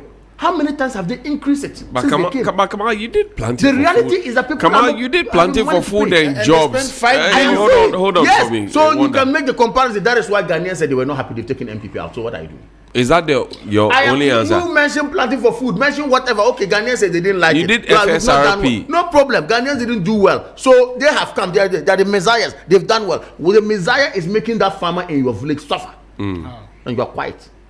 I'm not quiet. Who that said I'm farmer, quiet? Who has farmed yam, who has farmed rice, who has farmed maize, and cannot get somebody to sell to, is struggling. And you hear saying that prices have slowed, have what? That's so not inconsistent. That's not what they want to hear. But come on. So this is a problem. They are scammers if I say they are scammers. Come on. In my village, in my 41 villages, yes, right, I am able to go there now buy a bag of maize, yes, which used to sell 1,000 for 500 Ghana cedis. You know what it takes? It takes purchasing power to buy. You don't have the purchasing power. I have not invited. You don't have the money. You don't have the money in your pocket to buy. Why? That is why the farmers are sitting there and they are not getting buyers. But your inflation has dropped too. Artificial inflation. It's very artificial. He knows it. If Bank of Ghana will tell you I have to spend money to keep inflation down, pressures down, what does that mean? It's very artificial. Okay. Absolutely artificial. He knows. So when we sit here and want to hide the truth and then say what suits us, that is up to you. But I'm saying that the reality on the ground is not what it is. You can have lower prices and you don't have people buying, and that is bad. Let me bring in Wanda Madilo. Wanda, please bring the. He has lifted a lot of allegations on you. What you promised is not what you are delivering. That's not what I'm delivering. He has no job. Okay. Now this is what you are looking for. Yeah, this is what I'm looking for. I even need the other one. Can I go on the board? You want to go on them? No, sit down. You can read. Okay. So come on, look at this. You want to do away for us now. Negative equity. You listen. Go ahead. I have told you. I've explained this already. I don't know. I'm not running away from it. See, in the history of this country, in the history of this, let's go to business now. In the history of this country, for our 60 whatever. Well, 68, 69? Yeah. 69 years in the history of this country. Even of all the lies during the Matimimu days of what Nkrumah has spent and the economy was crashing, we didn't see this kind of recklessness of the Bank of Ghana under any other government except the MPP government led by President Nana Addo Dankwa Akufo-Addo and our, overrated former vice president called you cannot say overrated. It's overrated because the results speaks for itself. I'm going to speak to the results here. He writes here. Look at this graph. In 2015, at least the Bank of Ghana was solvent by 1 billion. Under what exchange rate? If you want to even extend that time, the exchange rate was about 3.6. That's right. 3.6. Round it up to 4. And by the time we're leaving 3.8 when we're leaving office. That was the exchange rate. In other words, if you put this in dollar terms, it would have been smaller. Right? Now go to 2016, you see 700.7 billion. That's 710 million. Right. Solvent. These people took over in 2017 for the first time in the history of our country. Bank of Ghana was running negative equity of 1 billion. 1 billion. The following year, 2017, another 2018, you saw that there's another negative equity of 710 million. Then in 2019, and then this is the lie we are told all the time. COVID is the reason why the economy went off. But COVID hit everybody. It hit everybody. At the time, Ghana was growing 0.4%. 0.4%. Cote d'Ivoire, our neighbor, was growing 5.6% growth.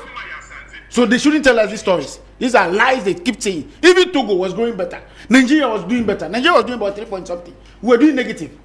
We were below 1. So nobody speaks to us and come and lie to us and tell us that they were doing better or they did ever better. But COVID affected us. It affected the whole world. It didn't affect only Ghana. Yeah, but we felt the brunt. When you say felt the brunt, what means? Did we shut down our companies here in this country? Yeah, but people were being paid for not going to work. For how long? How long? Civil servants were home. But I am saying, come on, were civil servants not home? Did that hit only Ghana? What did government of Ghana do? Cook food and go and share in Katamanto? Okay, yeah, but that's money. Is that not money? How much is that? How much is that? What are we talking about? How much is that? Did we not see the level of corruption that they have left behind? How much is that money? You could have been funded with some of those corrupt monies they have made. Which corrupt money? Let me make which corrupt money? A lot of them. National buffer stock is a critical example. You were talking about food right now. National buffer stock. How much is it? 49. So please, let's not go there. I can appreciate your struggle. Go to 2019. It's not easy to defend though. 2019 was positive. All right. Was positive. 2020 was positive. So acknowledge. Why are you pushing your brother away? COVID started in 2020. That's right. Okay. In November 2020. Where is the impact? Where is the impact over there?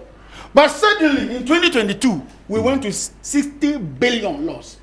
60 billion. You think that's a joke? How much post-COVID? No, hold on. Come on. He doesn't even understand his analysis. Hold on. You come. What's post-COVID in 2022 for an event that happened in 2020? What are you talking about? But there's always an aftermath. Listen, this is a yearly report. This is a yearly report.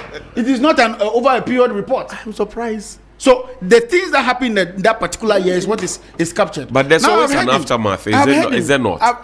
Yes, there's always an aftermath. So 2021 is an aftermath. Is the aftermath only limited to Ghana? We told you in 2020 that these guys were printing money. You forgotten that the Bank of Ghana gave them a bailout of 20 billion. Printed money, 20 billion in their own books. And they could not even pay. Number two, one of the things that caused that trouble was the haircut. Bank of Ghana was making 14 billion in terms of revenue, in terms of their investment. When the haircuts came, they gave them 50%. Government was only willing to cough out 7 billion to them. And that's what accounted for some of those losses. 60 billion, and you sit in the studio and talk about somebody who is making losses of 15.6, who has better economic record. But you said that you were going to do better. Of course, we are doing better. What's the inflation rate today? Your inflation rate when you left government was 26.9%, 26.6 or so, 23.9%. We have brought it to negative, to 3%. And you sit in the studio and you talk about this. It took you 8 years. We gave you inflation at 15 when we're leaving power. But the conditions were not safe. Were the conditions What safe? conditions are you talking about then? What conditions? What are conditions safe? What conditions? They say Russia, Ukraine. Yes. Has Russia, Ukraine stopped? Russia-Ukraine war, has it stopped? But we couldn't bring in fertilizers. No, has it stopped? We couldn't. So are we now bringing the fertilizers? Has the war stopped? No, tell me, has the war stopped? The Russia-Ukraine almighty reason for which the MPP collapsed this economy. Are you then Has that downplaying? stopped? Are you then downplaying whatever it was that brought us on our knees? I don't literally? have to even downplay. It's recklessness of the highest order to manage an economy that badly. You cannot say but that. the IMF told us. The IMF said it. That the economy was badly managed. But the IMF... And they went after the IMF. Even the rating agencies, SP said it, Fitch said it. Even the president of the republic at the time, Nana Addo Dankwa Akufo-Addo, went after the rating agencies and said we should even develop our own rating agencies. Rating agencies, not in Ghana. They don't have any business in Ghana. All they do is to monitor your indicators and tell you what it is. Even that one, they went after them. And these people are preaching to us today about governance, today about economy. Since when? 60 billion. Then the following year, 2023, they made a loss of what? Look at it, 10 billion. Cumulatively, from that time to 2025, we are in 96 billion. Now, 96 billion, deduct the 60 billion from that alone and see what mess they left behind. Then these people are now professing to us how to manage an economy. Okay, let's go to the figures. They told us that when they came to government, not that they told us, we know 15.6 or so 15.8 inflation rate. They took it to 54%, galloping inflation. We have lived in this country where you buy something in the morning, by afternoon when you go back, the price has changed. People have bought gallons of oil, the so-called Kufo gallon, about 1,200 Ghana cedis to buy that. Today, how much is it? But I wonder, if people have done wrong, jail them. Prosecute them. Jailing, you see, even in law, jail sentences, custodial sentences are not the only way to go. These days, people are preaching reform.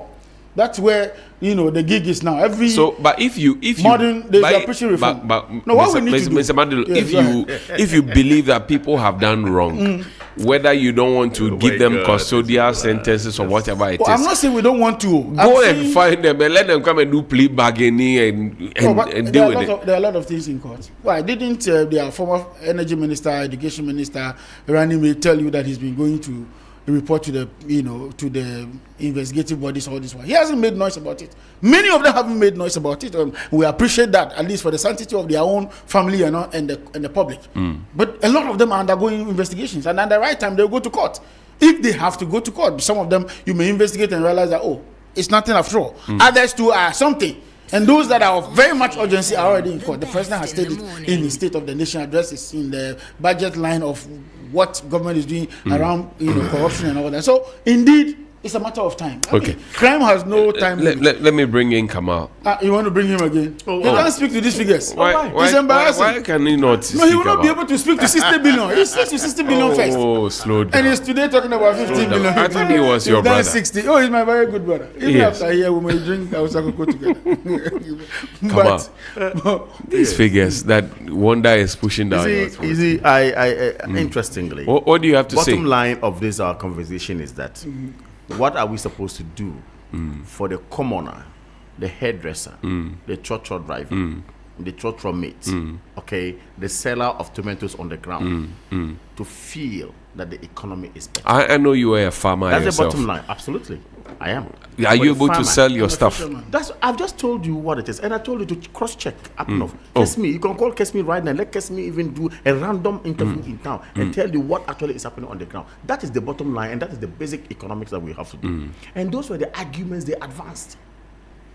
And I told you what Adongo said. That's why no wonder Adongo had to cede the press conference to the Sanarago MP. What's his name? Ataisa.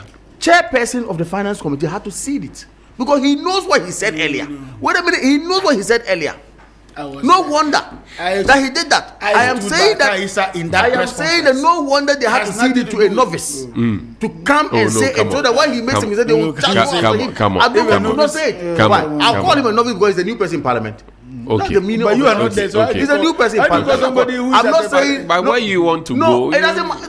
When I go, I'm a novice. It doesn't matter. It's a school. When I go, I'm a new person. No, look. Don't take me out of context. No, I'm not. He's a brother. As I call him a novice because he's just his first time. He's new. Yeah, he's the first timer. He's a backbencher. Say backbencher. No, he's even a member of finance committee. That's what. He's not that entirely a backbencher. He's doing well. I'm not looking at his personality, but I'm saying that the people who said things they didn't have to say were dodging, were running away from what they said, their own shadows. That's how come they couldn't come to present such a loss to us. You think that Adongo is running away? Is running away from the detail? You see, and when you listen to their press compressor, They gave example of Czech Republic in their own press conference. Mm-hmm. And then said that even Czech Republic, their central bank is running a negative equity. Right. He gave, I didn't say it. They gave example of the reserve in, what's the name? In the US. US, yeah. And they gave example of UK and other countries to justify their point why a loss of 15 point something billion, okay, has been occasioned. They justify that. And the simple principle question we have to ask is, since when did you know this? Since when did you know the central banks can then actually make losses? And since when did you know the central banks can come in to cushion the economy to get better, favorable macroeconomic indicators? Since when did they know it? That's how hypocritical they are. That's why I was saying it. So you see, bottom line, like I said, is the commoner feeling what actually is happening on the ground. So when they said inflation was down, and we said, okay, fine. Tell us what are the effects of inflation being down. The government statistician, Dr. Alassane, right, he said it means that prices, of course, of goods and services will not just go up, it will slow down in the course of going up. Now they want to teach us economics. That's good. Yesterday, when inflation was up, all they will tell us is that prices of goods were skyrocketing. When you go to this shop and come out, I listened to him this morning when I was coming in my car. Hey, this shop, the next time you enter, the price is gone up. When you do those are the matters. And we gave you reasons. You see, I'm surprised Wanda will sit here, a very knowledgeable person like this, will sit here and make argument that when COVID happened in 2020, the effects will be felt then. No.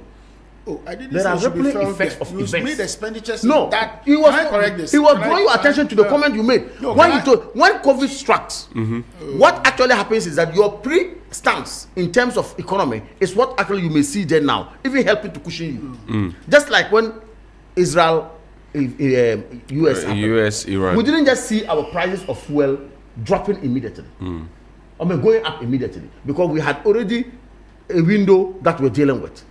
But subsequently, the other windows that came saw the prices going up. So these are rippling effects of what happened at the event. So you don't say that COVID happened in 2020, and then when by 2022 we got 54%, then it means that COVID happened. It wasn't COVID. What kind of argument is this? I think he has an intervention. What kind of argument is this? For God's sake, he knows it. So I'm saying that every event counts, post events. Whatever happened, the shocks you have got hard, you have been able to buy fertilizer, you have not been able to do this. You see it in the other years.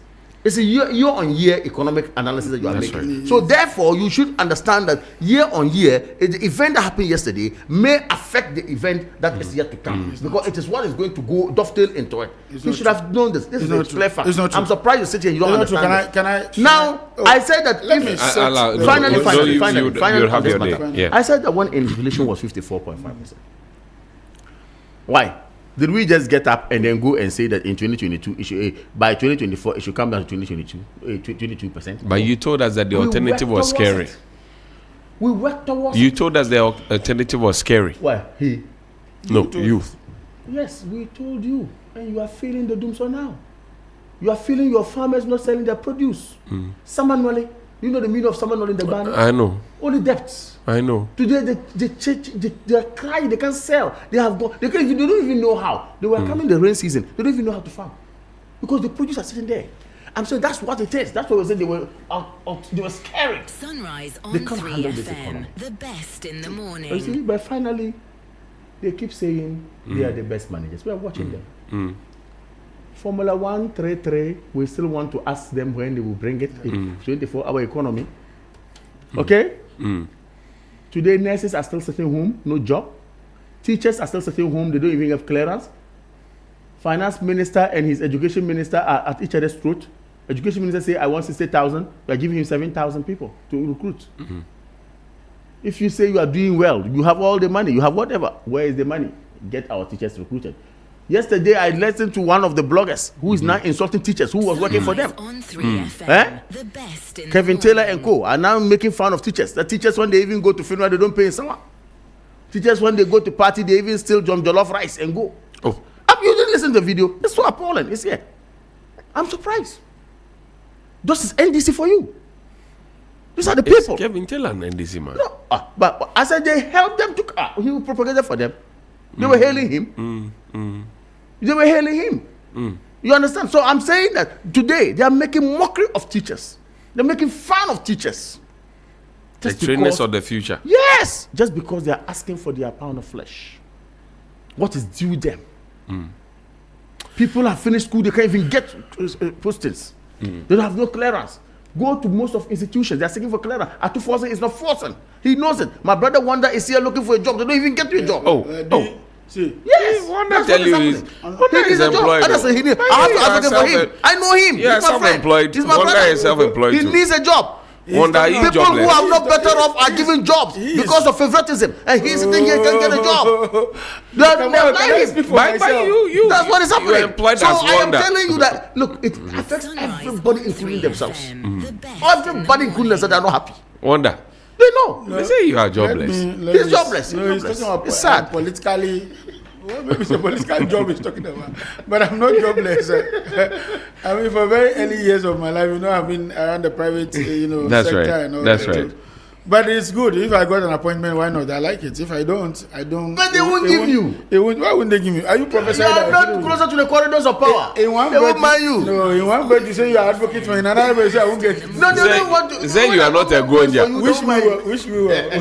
He said you are not a Gonja. And I wish you well. I think he's somebody when he gets something, I can go to his office and say hi, and we can drink tea together. So at least President Mahama, I beg you, help my brother. He said Awusa Koko. No, Johnny. Yes, sir. Let's, this Bank of Ghana loss thing that we keep going on and on and on. Let's cool heads prevail on this matter, and let's analyze it. In economics, there's nothing for free, no free lunch. In one breath, we are told that, in COVID we spent. That's why things went the way they went. But we all know that in COVID, we raised an alarm that Bank of Ghana was printing money over the period. I remember you raised that, yes. but was it listened to? They didn't listen to us. They went on and on and on and on. And then at the end of the year, they made the losses that they made. To be honest with you, yes, it shouldn't have been an issue. Maybe because we spoke to the issue at the time. The losses were huge at the time. But you can still compare a 60 billion loss to... It's a 9 billion loss. 60 billion loss. You're talking 60 billion. What are you talking about? No. Look at your figures. No, you know this. I'm saying... Kunzo, bring that back. No. One was 6 billion down and one was it's 15 billion against 9 billion. Look at it here. No. So why are you talking about 6 billion? In 2022. If they yes, because of the postcode. I explained to you. You are talking about impact, and I'm saying that if you made loss in 2022 of 2022 of 60 billion, it takes time to be taken off your book. It's like I run a business, and I do business today, and I've made losses of 20 million. My next year's profit will be swallowed. That's right. Because I have to That's go right. back and offset. The impact will be on the business. So all these things then ideally, if you say so, from 60 billion we came to 10 billion, and from 10 billion you came to 9 billion. Ideally, means I would have expected you work. So I will tell you. No, so I will tell you why. No, so listen. And come and say you are better. No, so it's good you brought. So are you taking us back now? No, it's good you brought it. So now listen to this. That's the point. So listen to this. Listen to this. On 3FM, Part of the the debt best component in of the the morning. Bank of Ghana is DDEP. Right. I've told you. Number two, when the revenue, but the government paid some of the money. Government is paying. You've forgotten that as soon as we took over power, we made provision. Yeah, but even Ken Ofori Ofori-Atta paid some. Oh, Ken Ofori-Atta's payment were all deferred. Those are the ones that deferred. We started paying for that in 2024. 2020. Some of the DDEP were paid under Ken Ofori-Atta. No, the payment that was made were people who were not willing to take the new coupon rate. Right. I want my money now, so give it to me. So they slashed the pensioners, etc. Not maturity. It's not as if it has reached maturity and government has to pay. Right. Those maturities are now coming, and that's what we'll be paying for. But how are you explaining this? And Kamal makes a very important point. I'm going that there. look, and I'm going there. They dropped to 60%. And then in 2023 they went to 10.5. They came down to 9 billion. Now you have gone to 15 billion. So I'm going there. Go there. Go there and watch it. So the Bank of Ghana as an institution, as an institution holds something we call assets. What are assets? And these assets are denominated in dollars. Right. So for instance, Bank of Ghana, let's say Bank of Ghana headquarters is 100 million. 100 million in their time at the exchange rate of what? What was the exchange? 17. Let's say 17. It was not 17. We left to 14. I'm just saying, let's say. We can't say 14. So you'll be fine. But that is reality. We went as far you don't go up to 17 and come. We went to 16.7. 16.7 and there. So that was Bank of Ghana declared. That was not what was on the market. 18 cities. That was not what was on the market. Because it's actually for 15 now. No, I can say that. at that time, so for that asset, if Bank of Ghana should record it in their books, it will be that high. Right. Today, the dollar has dropped. So immediately that asset depreciates. Right. Whatever value they would have made on that depreciates because, and that's the price to pay for having the exchange rate very low. Because but if you get what he's saying, your brother is still struggling. Look, the question is simple. You don't need to interview. No, I'm talking. No, I allowed you. What has warranted from 9,000? Allow him space. We have to go for a quick break and we'll swap and talk about press freedom. PEC is very important to me. The Bank of Ghana could have even declared excess if the exchange rate was kept the way they had kept it. Because that means that your dollar denominated asset, the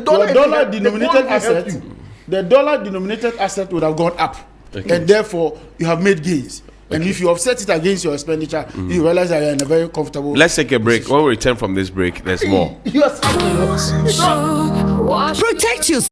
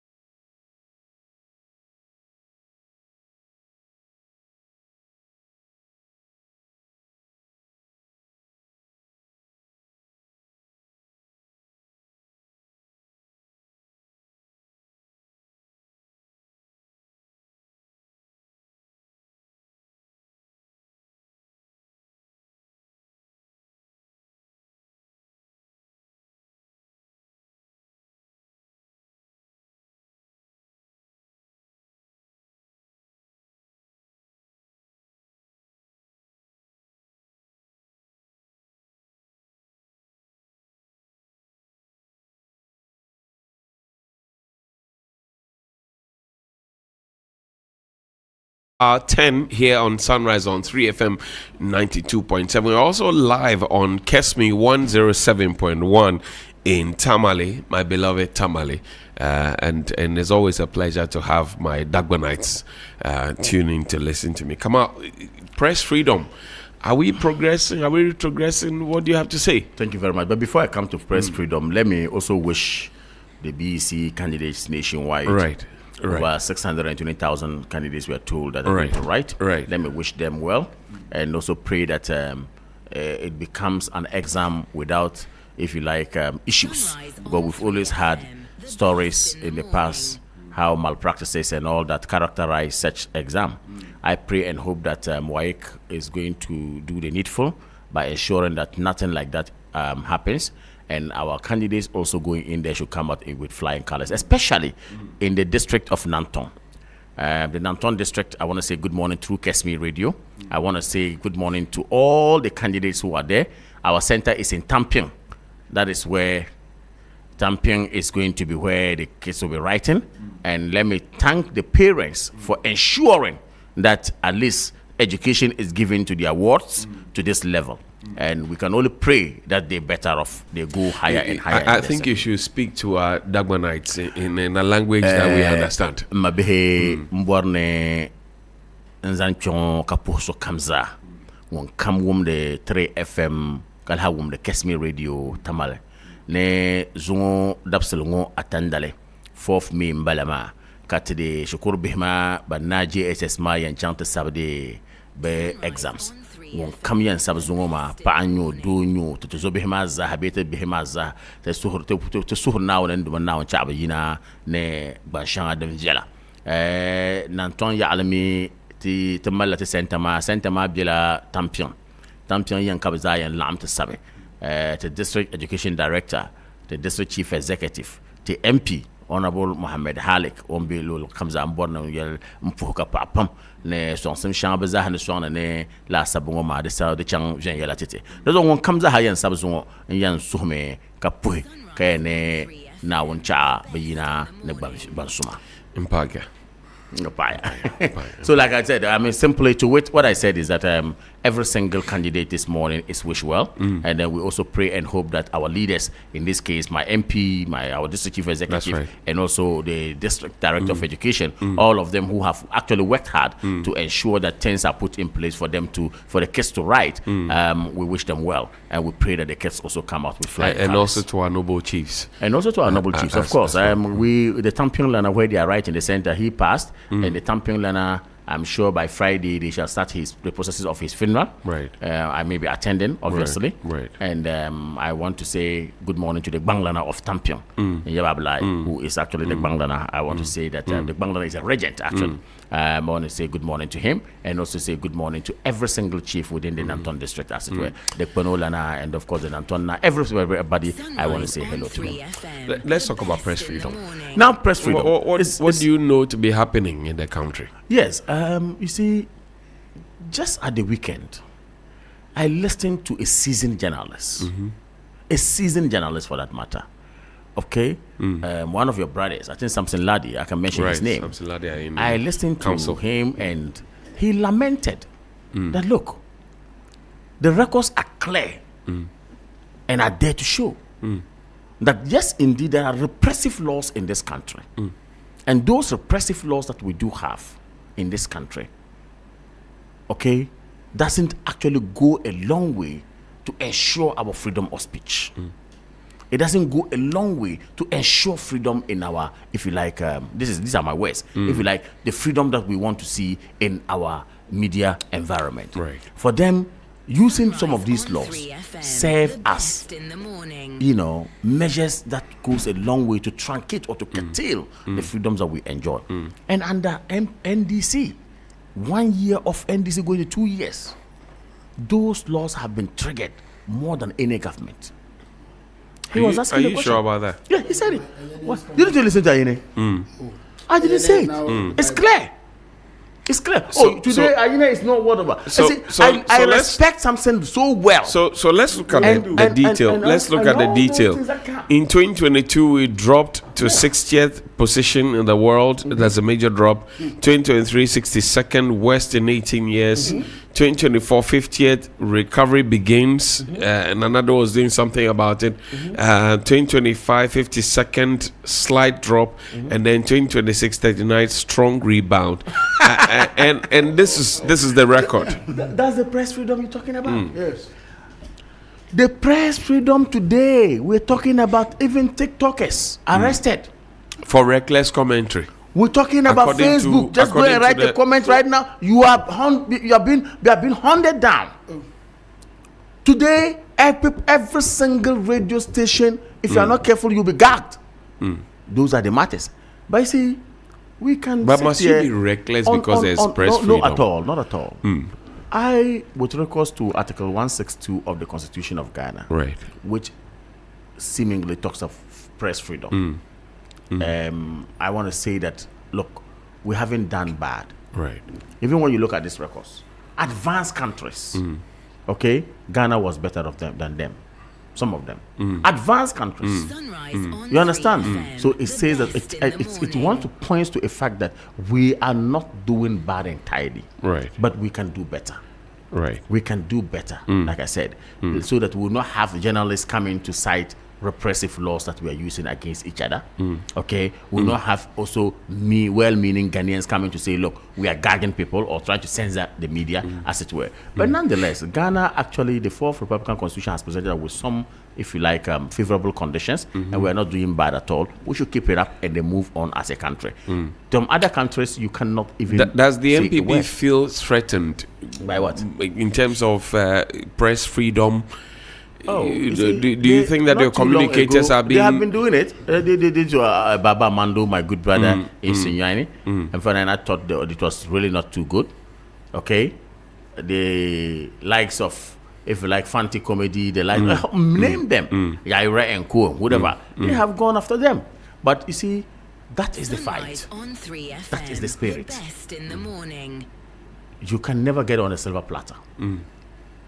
But we have to rage on. We have to continue fighting. They said Westerns. I gave example of how my brother Basentali had to put a beer in his right hand, put a plate of pork in his left hand, and claim those were the meals for our own flag bearer, Dr. Alhaji Mahmoud Bawumia. But he doesn't indulge in any of those. He doesn't. But I'm saying those were the things. That's how reckless they were. They have done a couple of things, a lot of things, said a woman of things, ran people down without. Look, you asked me a simple question: why are you not taking people to prison and all those in jail? He said, "Oh, now the world has changed. There are some reforms put in place, and whatever." Rule of law. That's how they are. So today, these people, I tell you, the kind of things they did, and they had to get away with it. Today, they can't even stand a pinch of that. Press freedom. They can't. Press freedom. It's all boils down to fresh freedom. So I'm saying that if people are supposed to talk, yes, you have limitation, but you should not try to weaponize some laws to go after them needlessly. Some obnoxious, some archaic laws. When we talk of this publication thing was since even before independence. False publication. Still sitting in our books. But there was Kojo Ponkroma who spoke about misinformation, disinformation. Yes, I am saying that, yes. That's what I said. He doesn't talk about those anymore. We should not. Politicians should morally not weaponize some of these laws. Morally. If you really want us to move, we should morally not weaponize some of these laws. But it speaks not good about us. You understand? So my point is that it may be sitting there. Let's take steps to ensure that we either take it out, so that people will have that freedom. All right. Okay. So I mean, on press freedom, I would just say that yes, we are not doing too bad as a country, but of course, those in authority must also learn and understand that look, we are all one, no matter what, and then we have to ensure that sanity prevails within our media space. Okay. Thank you, Wanda. Press freedom. Why are you tormenting your opposition? Why you are finding them? They can't speak in peace. What's going on? They can't gag, so they can never gag. Dr. Bawumia says intimidation will not win. Yes, that's not true. Those are my words actually, but it was used without my sorry to me. No, I mean somehow, somewhere, it's only when the MPP is in power that they cry wolf all the time. They always maybe. You know, the things we went through when we were in opposition. That's what did you go through? No, you remember the likes of, what's the name? The energy minister. I remember. Their homes were raided. I remember Kofi Adams, Bobby Ansa. What is all this? When did they suddenly wake up? In fact, I've been to court a couple of times. Arrested as a Danko and all. You yourself, you were under attack for many periods. They had to walk out of TV3, program. They were not interested in coming and all. So it is red. What do they call that? Red herrings or what? Red herring. That's simply what they are doing. Yeah, but you cannot rule out that completely. No, in one breath, they say that it's a country of rule of law. We are making progress and all that. When you just showed in the press freedom, it was embarrassing. Our worst performance is better than the average. Our worst performance is better than the average. We've never gotten to 39 before. They, under their tenure, we saw 62, 60, and 50. Right? And then today they sit into the vote, and then when you point them to the record, they say, "Oh no." But you have a president who's a member of the GJA. And we do have a president who really understands better. You should not be. There are excesses to power. Like I would have to agree with that. For instance, when I saw that the national security guy from one of the regions, manhandling some guy they say is a financier, and all those were excesses of power. We always have some of those in the system where the police are just and just going after people because they have dissenting opinion. But that doesn't mean that it's sanctioned from the hierarchy of the party or government to suggest that government is after people who speak their mind. I mean, we have allowed people to speak their mind. That's why today even the vice president former vice president will go for a Christian convention program and be preaching politics. We wouldn't get to that level with them. And then when you point it to them, what the figures are, they say, "Oh, hey.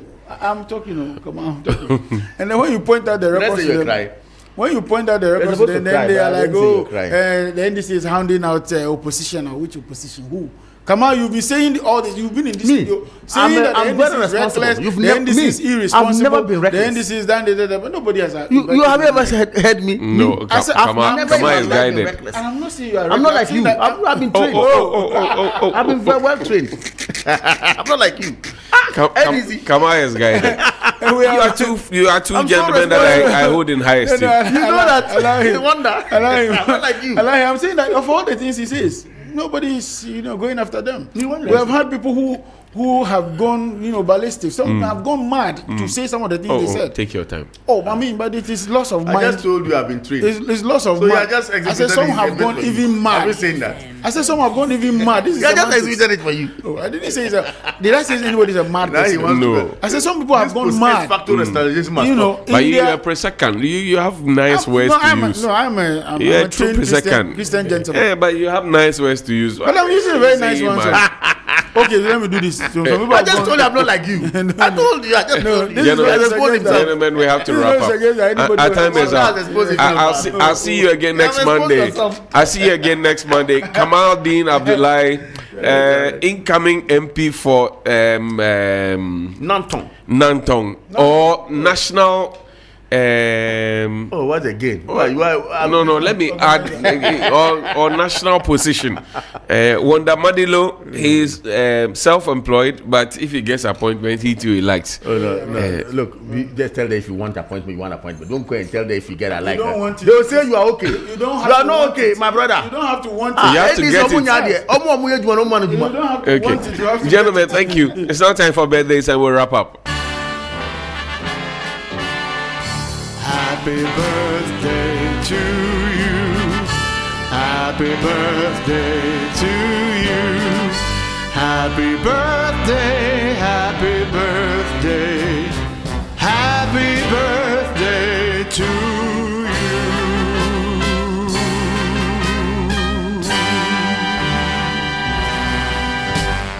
And a sweet happy birthday to Sister Aku, as I like to call her. Aku Agbenyega Adodo of Jajoda Cradle Care. Today is your yesterday was your birthday, actually. Happy birthday to you. We wish you long life and prosperity. We wish you good health and strength and a lot of money and a lot of joy and peace aplenty. Happy birthday to you, Agbenyega Aku Adodo. It's your birthday. We celebrate you in grand style for myself, Yabiama, Ethan, Ivan, Obrimpoint, or Saberima. We wish you a happy birthday. Also, a happy birthday to you, a gentleman who looks funky, Mr. John Larry Vomawo. This is from Emmanuel, aka Spanky. He wishes you a happy birthday. If it's your birthday as well, happy birthday to you. And I'll see you tomorrow, God willing. Have a good one. On behalf of the production team, have a good morning.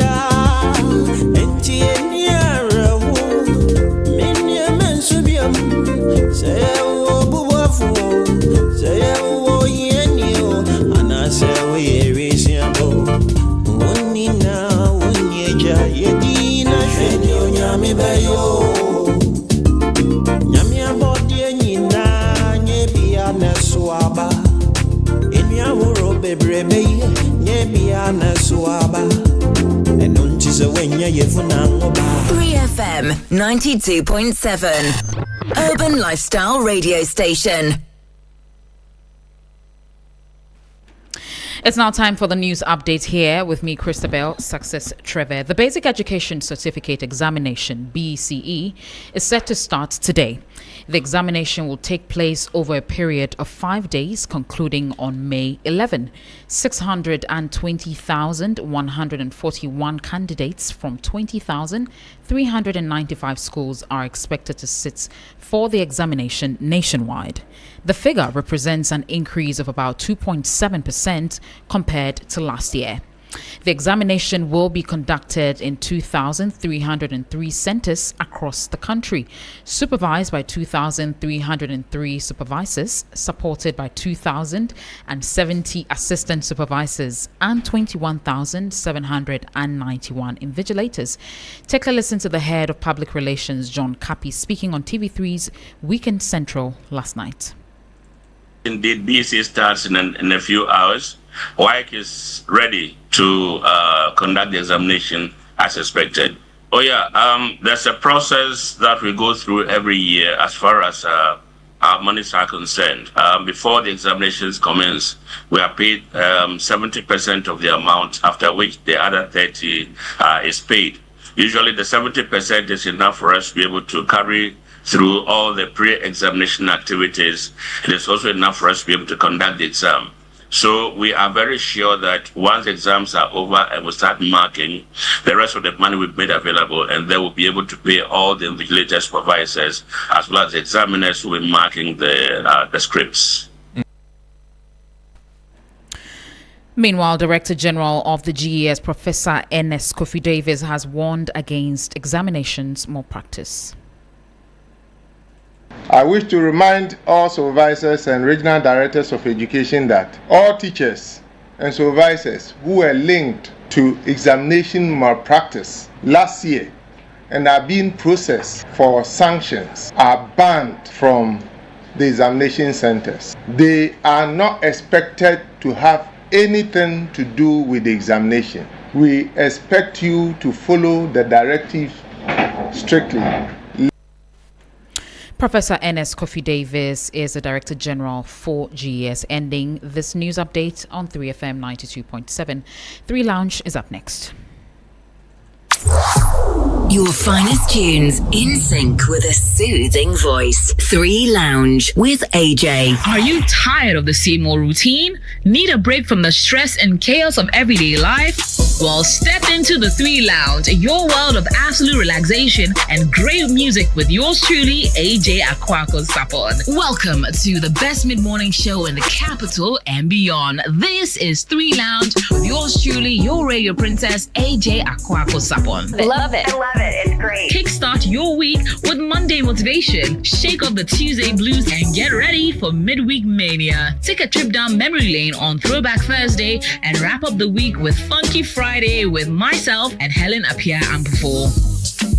Plus, enjoy exciting celebrity interviews, insightful conversation, engaging discussions on topics that matter, and there's a boatload of fun and easy activations that reward and appreciate you, our loyal listener. If you are listening, we're manifesting money into your pockets this morning. Don't miss out on the excitement. Tune in to 3 Lounge every weekday morning from 10 a.m. to 12 p.m. with AJ Akwako Sapon, only on 3FM 92.7. It's my number one. 92.7 3FM, your urban lifestyle radio. Greetings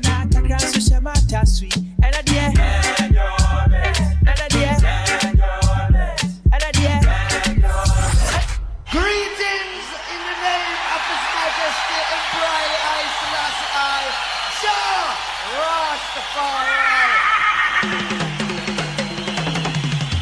It has always been a journey of Pan-Africanism and consciousness. It is your regular taxi driver with the urban blend and 3FM 92.7 in living stereo every day, Monday to Friday, from 12:30 p.m. till 3 p.m. This is the show everybody listens to, so your business will certainly do well here. My name, Black Rasta. I am the rootical, hairtical, Don Gargan, Mua Fire. Come forward. Atinga ya chika fankare, Azure ya chika fankare, Abama ta chika fankare. 3FM, your urban lifestyle radio. Accra, Ghana, Africa, and worldwide. Join us on Inspirational Gospel Mix this and every Sunday, 8 p.m. to 10 p.m. Get ready for the revolution. What you say now?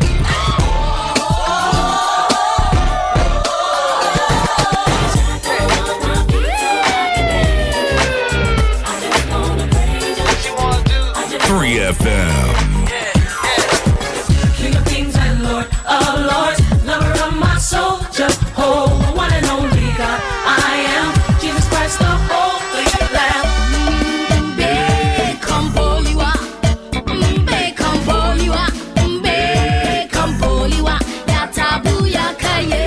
What is your favorite scripture? Well, my favorite scripture is Romans 8:28, and it says, all things work together for the good to them that love the Lord. Kwame, that is absolutely my favorite scripture. Yes, your inspirational gospel mix, a moment to get inspired with the best of inspirational songs and interviews to get you prepared for the new week. Every Sunday, 8 p.m. to 10 p.m. with me, your big brother, Kwame Adu, mixing G, mixing gospel. You can't miss it. You are blessed as you listen. 3FM 92.7. When malaria strikes your home, it strikes everything. No more endless worry because of malaria. Fight malaria back with Vegetem. Vegetem is effective, safe, and fast-acting against malaria. Vegetem tablets stays effective right to the very last tablets. Vegetem is also available in suspension for children. Vegetem, tough on malaria, easy on you. Escape the ordinary. Escape the ordinary. Mic check 1 2. Checking that mic. Check it out. Your finest tunes in sync with a soothing voice. Keep it tuned up. 3FM Lounge with AJ. Yeah. Listen live on 92.7. Monday Motivation on 3 Lounge.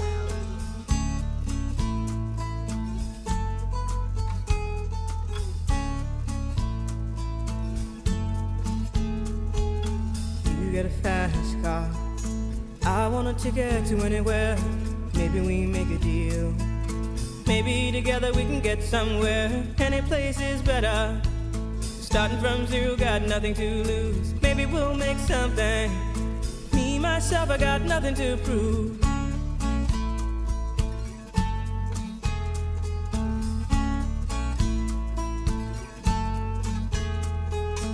You get a fast car. I got a plan to get us out of here. Been working at the convenience store. Managed to save just a little bit of money. Won't have to drive too far. Just cross the border and into the city. You and I can both get jobs and finally see what it means to be living.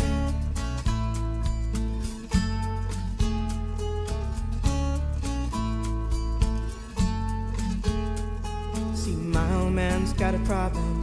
Yeah, but the bottle, that's the way it is. He says his body's too old for working. His body's too young to look like his. My mama went off and left him. She wanted more from life than he could give. I said, somebody's got to take care of him. So I quit school and that's what I did.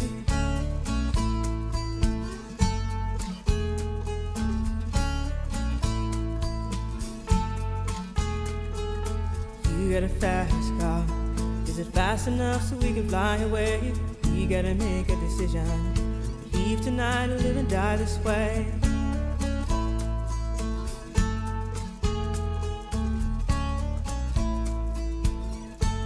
So I remember when we were driving in your car. Speed so fast I felt like I was drunk.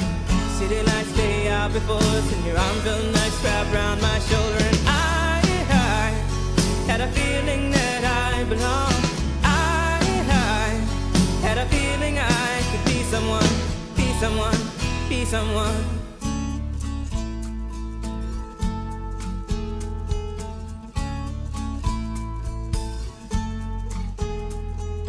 You got a fast car. We go cruise and entertain ourselves. Still ain't got a job. Now work in the market as a checkout girl. I know things will get better. You'll find work and I'll get promoted. And we'll move out of the shelter. Buy a bigger house and live in the suburbs.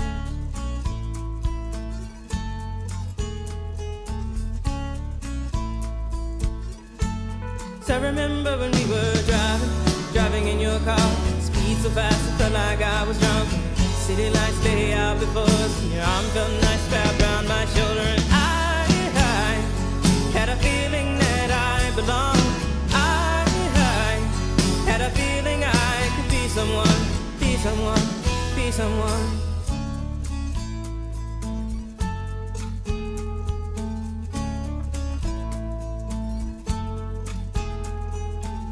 You got a fast car. I got a job that pays all our bills. Instead of drinking late at the bar, see more your friends than you do your kids. I'd always hope for better. Thought maybe together you and me find it. I got no plans, I ain't going nowhere. So take your fast car and keep on driving.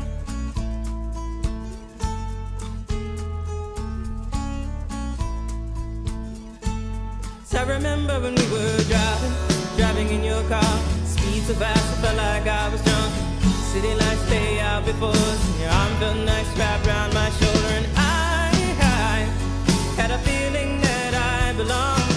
I had a feeling I could be someone, be someone, be someone.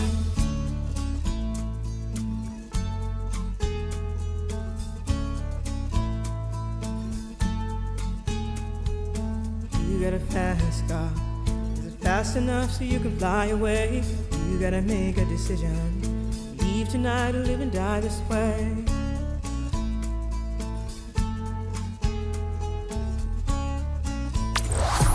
Your finest tunes in sync with a soothing voice. 3FM Lounge with AJ. 3 Lounge with AJ.